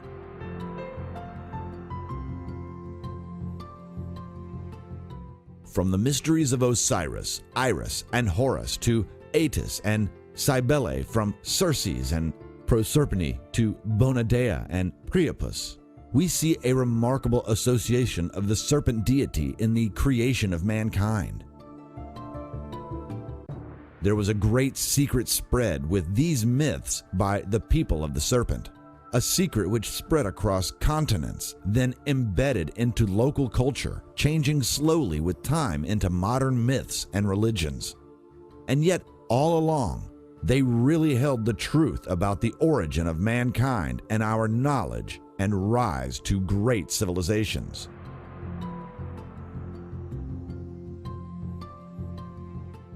Before even Sumerian legends, there are copious vases with gigantic snakes winding over the entire universe, sun, moon, and stars, as if the serpents commanded the heavens. The snake is found growing out of plants, chalices, and wells. It is the giver of life. The next and most widespread ancient symbol of the snake is the spiral. This is found everywhere, especially on stone monuments. The spiral is believed to be the symbol of the mother goddess, and as we shall see, this relates back to the snake, just as the mother of mankind, Eve, does. If we look at the Indian Sheshnaga, or serpent god, we find that there are some researchers that have claimed him to be possibly the initiator of the Christian halo effect. There is little wonder here, for these tales not only crossed boundaries, cultures, and beliefs, they crossed continents in ships. There was widespread belief in the power of the serpent, and the spiral images link directly with the snake gods, thus virtually proving that the spiral is a snake symbol. It also shows that with their eye on good propaganda, they saw in the snake a wonderfully powerful association for their leader. This is not just a common modern practice like getting a celebrity to endorse a product. It was a marketing tool many years ago as well. This universal symbol of the spiral is said to be the initiator of the maze or labyrinth, which is also thought to be symbolic of the snake's path. To follow the path of the coiling snake is to follow symbolically the way to immortal life. Serpents were said to be immortal, and in all likelihood, this is because the ancient serpent alien race appeared to live forever compared to our short lifespan. We probably do have the oldest serpent symbols in the Sumerian legends. Their word for dragon or winged serpent was Yusham, and their origin can be traced back to 5000 BC in the story of Zu. However, the Chinese also have a claim that dragons can be traced back to 5000 BC, which would not be surprising if the ancient aliens had visited Earth at that time. Is this our evidence of just when they arrived? But there are older legends, and as we shall see, these legends emerged largely from Africa, probably fermenting in the growing power struggles which ensued with a growing number of people and the emerging altered civilizations being fostered by the ancient aliens. In Central Africa, the peculiar and famous Dogon people have a divine serpent called Lebe, who is the first member of the living dead. It is a serpent who has the first power to overcome actual death. He is not a man, for no man can overcome death. He is a serpent god, which has come to them from above. These Dogons still believe in Lebe, but their belief goes back to the origins of their tribe. An oral tradition, which is sometimes stronger and more believable than written texts, especially when we consider that many ancient texts have been altered and manipulated by those in power. The Christian Church has been guilty of this act for hundreds of years, indoctrinating the illiterate into their new propaganda and taking the originator's name in vain for the purpose of power.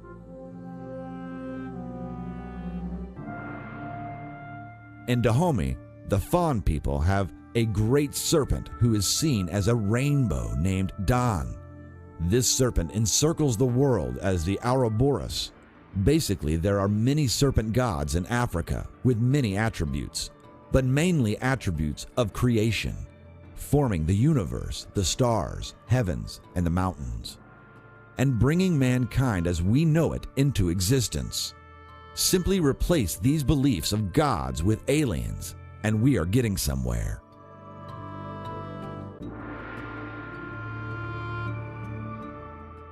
In the fantastic array of Egyptian legend, there are those gods which have always stood the test of popularity.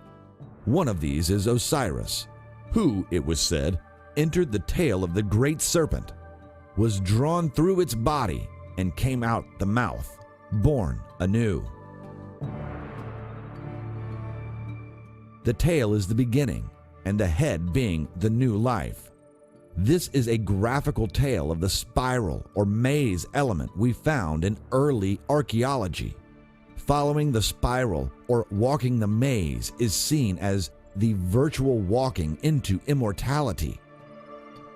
By the power of the snake and the Osiris myth is proof that resurrection is possible, but only through the power of the serpent. Did the aliens then have the power to bring man back from the dead like the fictional tales in Stargate?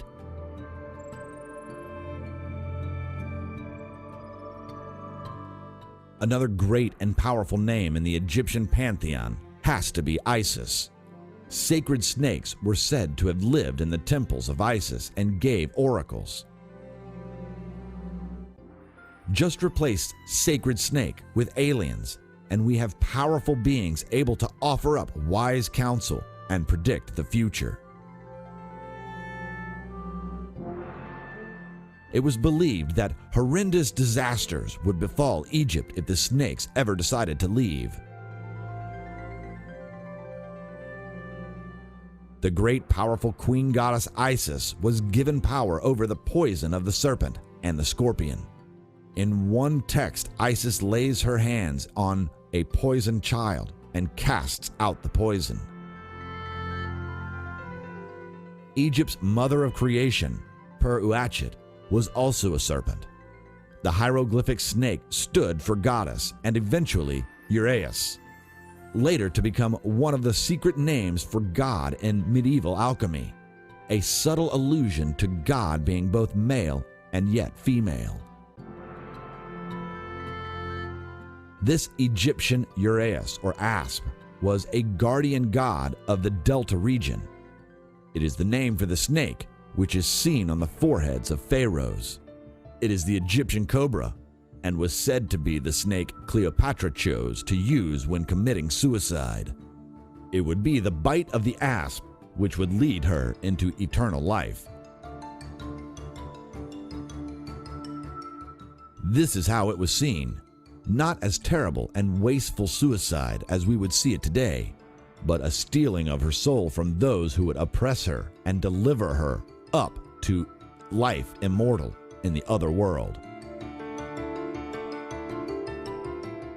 Take all of this now and turn it towards the ancient aliens. We have the power of the serpent giving the queen the ability to travel to the other world, a world where the gods lived. This is the immortality that the serpent can bring. This journey of discovery becomes ever more exciting when we see things like this clearly, and old stories are not only brought back to life, but are given a new dimension. Suddenly, fanciful ideas become the foundation of a whole new history of the world. That story people have retold for generations are in fact vessels of hidden knowledge, and that we are the ones who can now see the truth revealed for the first time. There are many more forms of serpent deity within the pantheon of Egyptian lords, with many attributes, and we really do not need to go through them all. But there is one Egyptian god which moved away from his origin and is now found in our Western Christian world as Satan. And remember, Satan is mixed with Lucifer, the light bearer that fell to earth. One of the attributes of the Egyptian Set was the serpent, and as Set-Hen, he became Satan when the Hebrews immigrated. No wonder then that the image of Satan is and has been seen as the snake.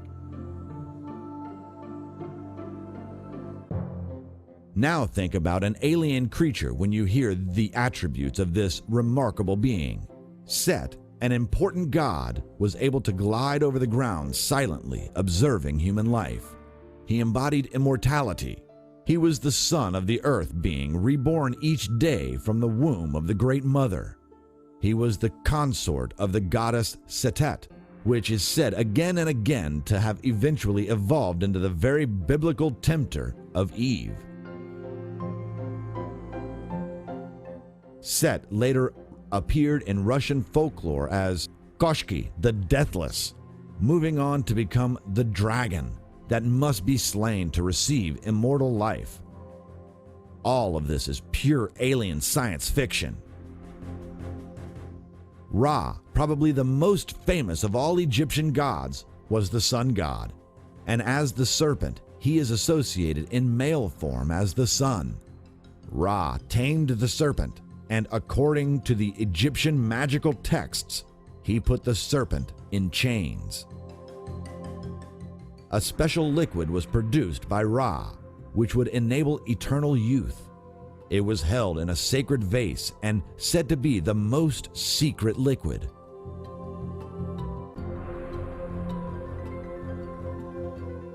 The great and powerful Ra, the sun and snake god, tamed the serpent and produced a magical liquid which not only bestows immortality, but is kept in a sacred vase. Does this reveal that the very tales of the Holy Grail itself could be in fact linked to some amazing science brought to us by ancient aliens?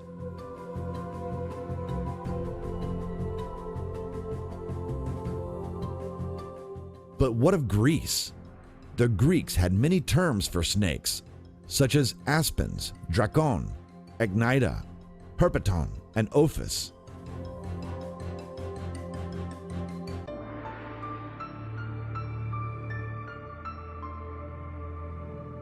Kraken is also a powerful Greek serpent, this time of the sea.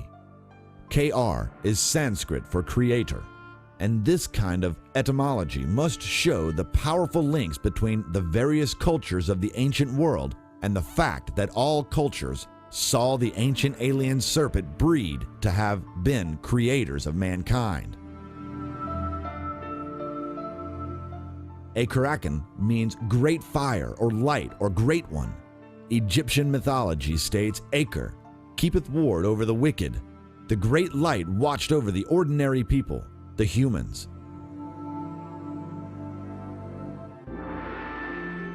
The same root word gives us Cerberus, the three-headed serpent dog which guards Hades or the otherworld. Ichthus, the secret name of Jesus, is claimed by most entomologists to be the same as Iacchus or Bacchus, and as Longfellow Beatty points out in The Garden of the Golden Flower, Bacchus bore the same mystery name as Jesus, Ichthus, the fish. Bacchus was the son of Zeus and is the same as Dionysus, who was born as a serpent and represented as a bearded man, crowned with a vine and ivy, which are two plants associated with the serpent. Bacchus is a serpent god. The sign of the serpent was Ichthus, which strangely became a fish when taken by a new Messiah, Jesus. This is basically the same imagery as Oannes or Jonah, as we have already seen. Bacchus is also and strangely the guardian spirit of Islam. According to Midas, Bacchus possessed the philosopher's stone. That is, he could turn water into wine or give new life. And indeed, it was Bacchus who gave Midas the golden touch, a gift both wonderful and deadly, like the snake. And we should remember that gold was the symbol for immortality. So we may have here, in the story of King Midas, a subtle lesson. The golden touch of Midas was both wonderful and yet deadly. One had to use it sparingly, and it symbolically pointed towards immortality, bestowed upon Midas by a serpent deity. Again, amazing power of life creating and life resurrecting, bestowed by an ancient and mysterious serpent group of deities that came down from the heavens.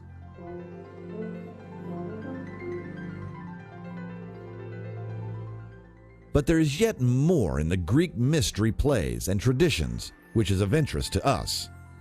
There is an interesting staff, similar to the caduceus, called the thyros. This is entwined with the vine or ivy, which we know to be symbolic of immortality, and the serpent.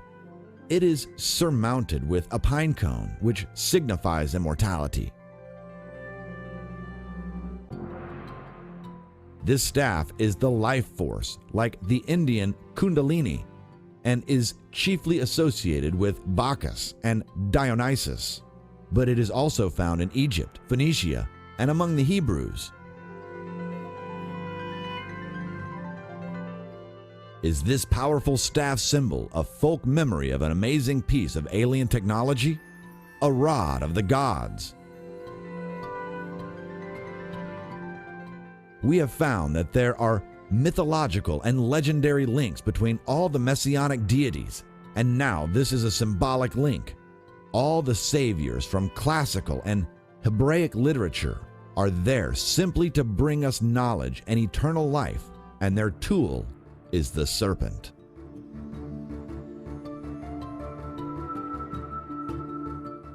In fact, this amazing, life-giving device would become a symbol of power and life for generations, and is still with us to this day in the form of the cross. The asp, or sacred horned serpent of the ancients, was alternatively known as the cerastus. The word ceras is the equivalent of cross, and in Greek the word keras means horn. In Hebrew, cerastus might be rendered great beloved, like Jesus.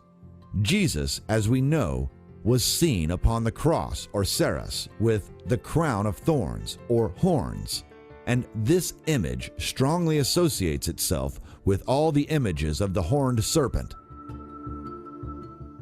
Only through the serpent may we have eternal life. Only through their power may we too rise up to the heavens. Through the alien serpent, we may have access to the ancient gods.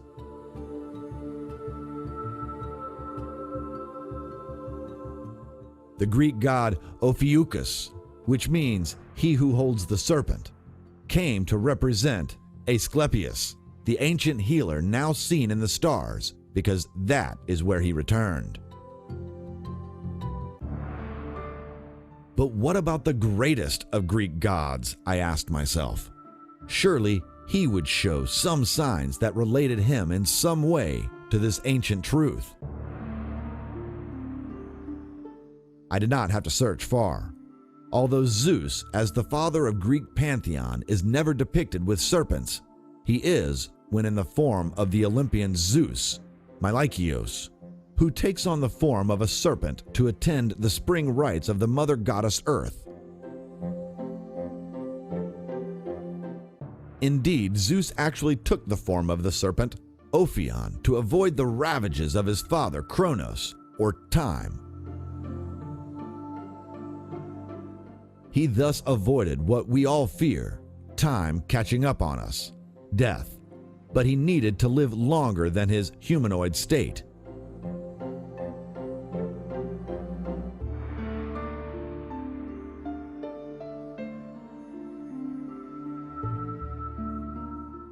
Again, we have evidence of ancient gods shape-shifting, and here we discover why.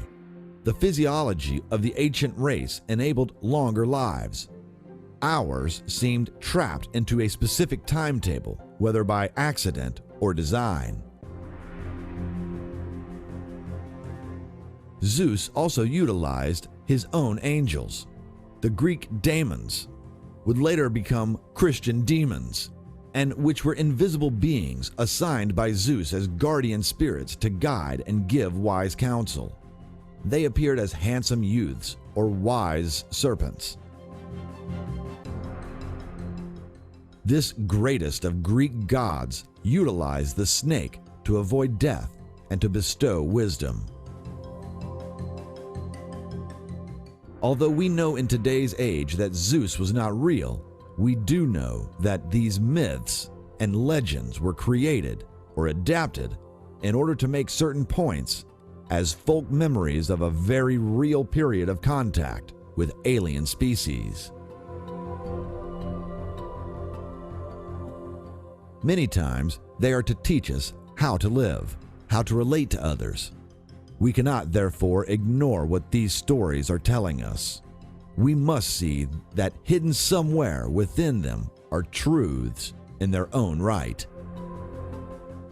There is little wonder that the name serpent is related to wisdom, the wise serpent of the Bible, the same that Moses lifted up in the wilderness, the same wise serpent equated with Jesus himself.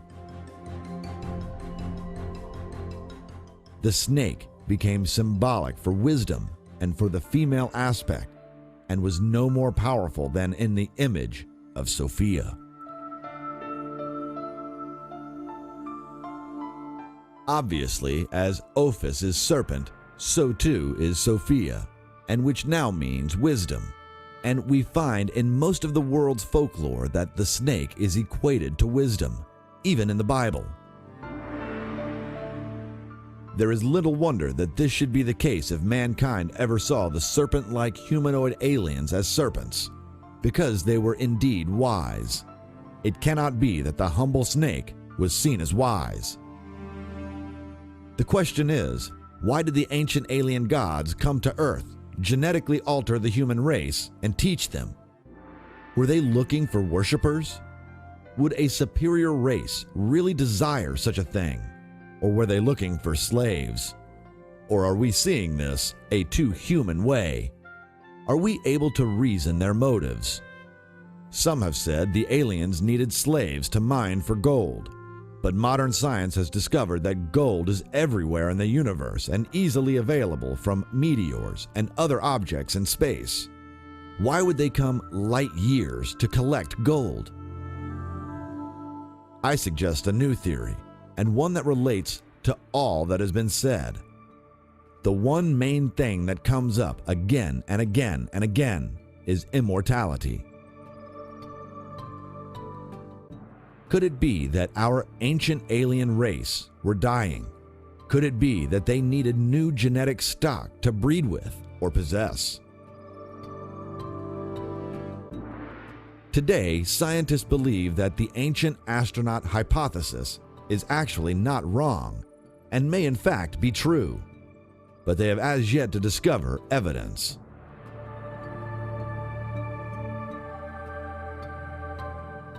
Enoch was the consecrated one because he was of their blood. He would later write up the history of these fallen wanderers who spread across the globe as the great shining ones.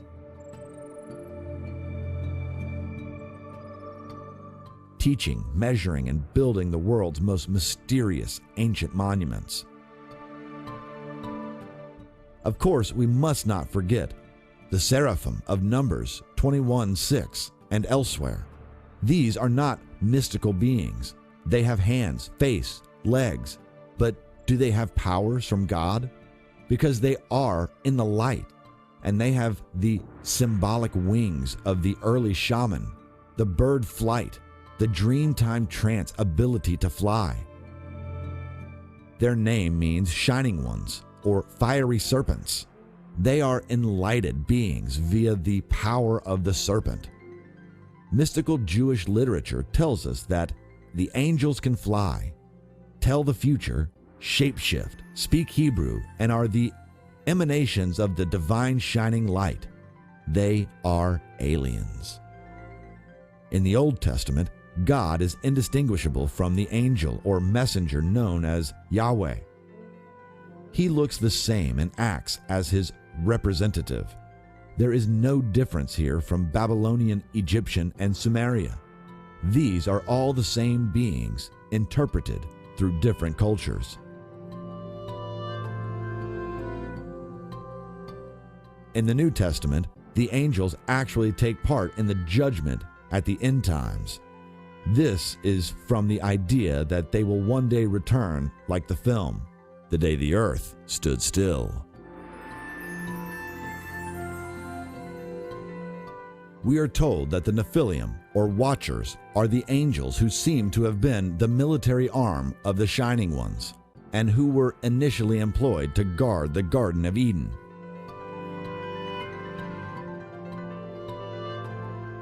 Then began to mix with the indigenous peoples of the area. This Garden of Eden is where the genetic manipulating was taking place. High above the rest of mankind, Eden means plateau. And it came to pass, when the children of men had manipulated, that in those days were born unto them beautiful and comely daughters. And the angels, the children of the heaven, saw and lusted after them, and said to one another, Come, let us choose us wives from among the children of men, and beget us children. And Simjaza, who was their leader, said unto them, I fear ye will not indeed agree to this deed, and I alone shall have to pay the penalty of a great sin. And they all answered him, and said, Let us all swear an oath, and all bind ourselves by mutual imprecautions, not to abandon this plan, but to do this thing. Then swear they all together, and bound themselves by mutual imprecautions upon it. Book of Enoch. From this union a hybrid race was produced, a race of giants, so we're told. And all the others together with them took unto themselves wives, and each chose for himself one, and they began to go in unto them, and to defile themselves with them. And they taught them charms and enchantments, and the cutting of roots, and made them acquainted with the plants. And they became pregnant, and they bare great giants, whose height was 3,000 ells, who consumed all the acquisitions of men. And when men could no longer sustain them, the giants turned against them and devoured mankind. And they began to sin against birds and beasts and reptiles and fish, and to devour one another's flesh and drink the blood. Then the earth laid accusation against the lawless ones. And then Michael, Uriel, Raphael, and Gabriel looked down from the heavens, and saw much blood being shed upon the earth, and all lawlessness being wrought upon the earth. These insurgents also passed on knowledge, and taught them combat, and how to make weapons. And Azazel taught men to make swords, and knives, and shields, and breastplates, and made known to them the metals of the earth, and the art of working them, and bracelets, and ornaments, and the use of antimony, and the beautifying of the eyelids, and all kinds of costly stones, and all coloring tinctures. And there arose much godlessness, and they committed fornication, and they were led astray, and became corrupt in all their ways. Simjaza taught enchantments and root cuttings. Aramos the resolving of enchantments. Barakijal taught astrology. Kokobel the constellations. Ezekiel the knowledge of the clouds. Ariquiel the sign of the earth. Shamsiel the sign of the sun. And Sariel the course of the moon. And as men perished, they cried, and their cry went up to heaven. All this was seen as a violation against the set of laws laid down by the aliens who were possessive of their knowledge. Thou seest what Azazel hath done, who hath taught all unrighteousness on earth, and revealed the eternal secrets which were preserved in heaven, which men were striving to learn. And Simjaza, to whom thou hast given authority to bear rule over his associates. And they have gone to the daughters of men upon earth, and have slept with the women, and have defiled themselves, and revealed them to all kinds of sins. And the women have borne giants. Enoch, a scribe, who is the son of and taught by the alien Shining Ones, was then employed as a messenger or intermediary between the Shining Ones and these fallen ones, who had decided to abandon their divinity to live amongst the tribes of man.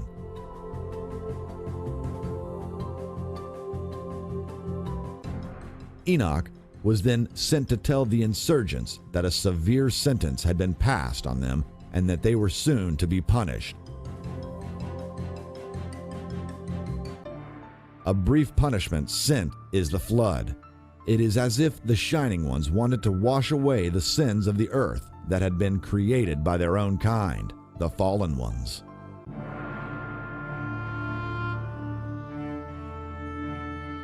What we have to ask now is one very simple question. If it is true that these aliens will one day return to make judgment upon us, then are we ready?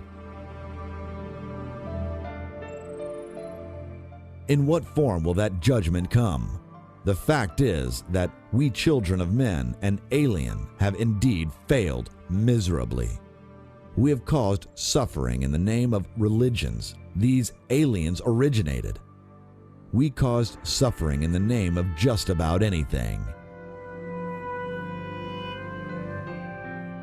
We've raped and pillaged our Mother Earth so badly that we have eradicated species and altered the environment itself. Every day, mankind commits atrocities. Ask yourself now, if you were a wise serpent alien with vast knowledge and power, what judgment would you make upon the people of planet Earth?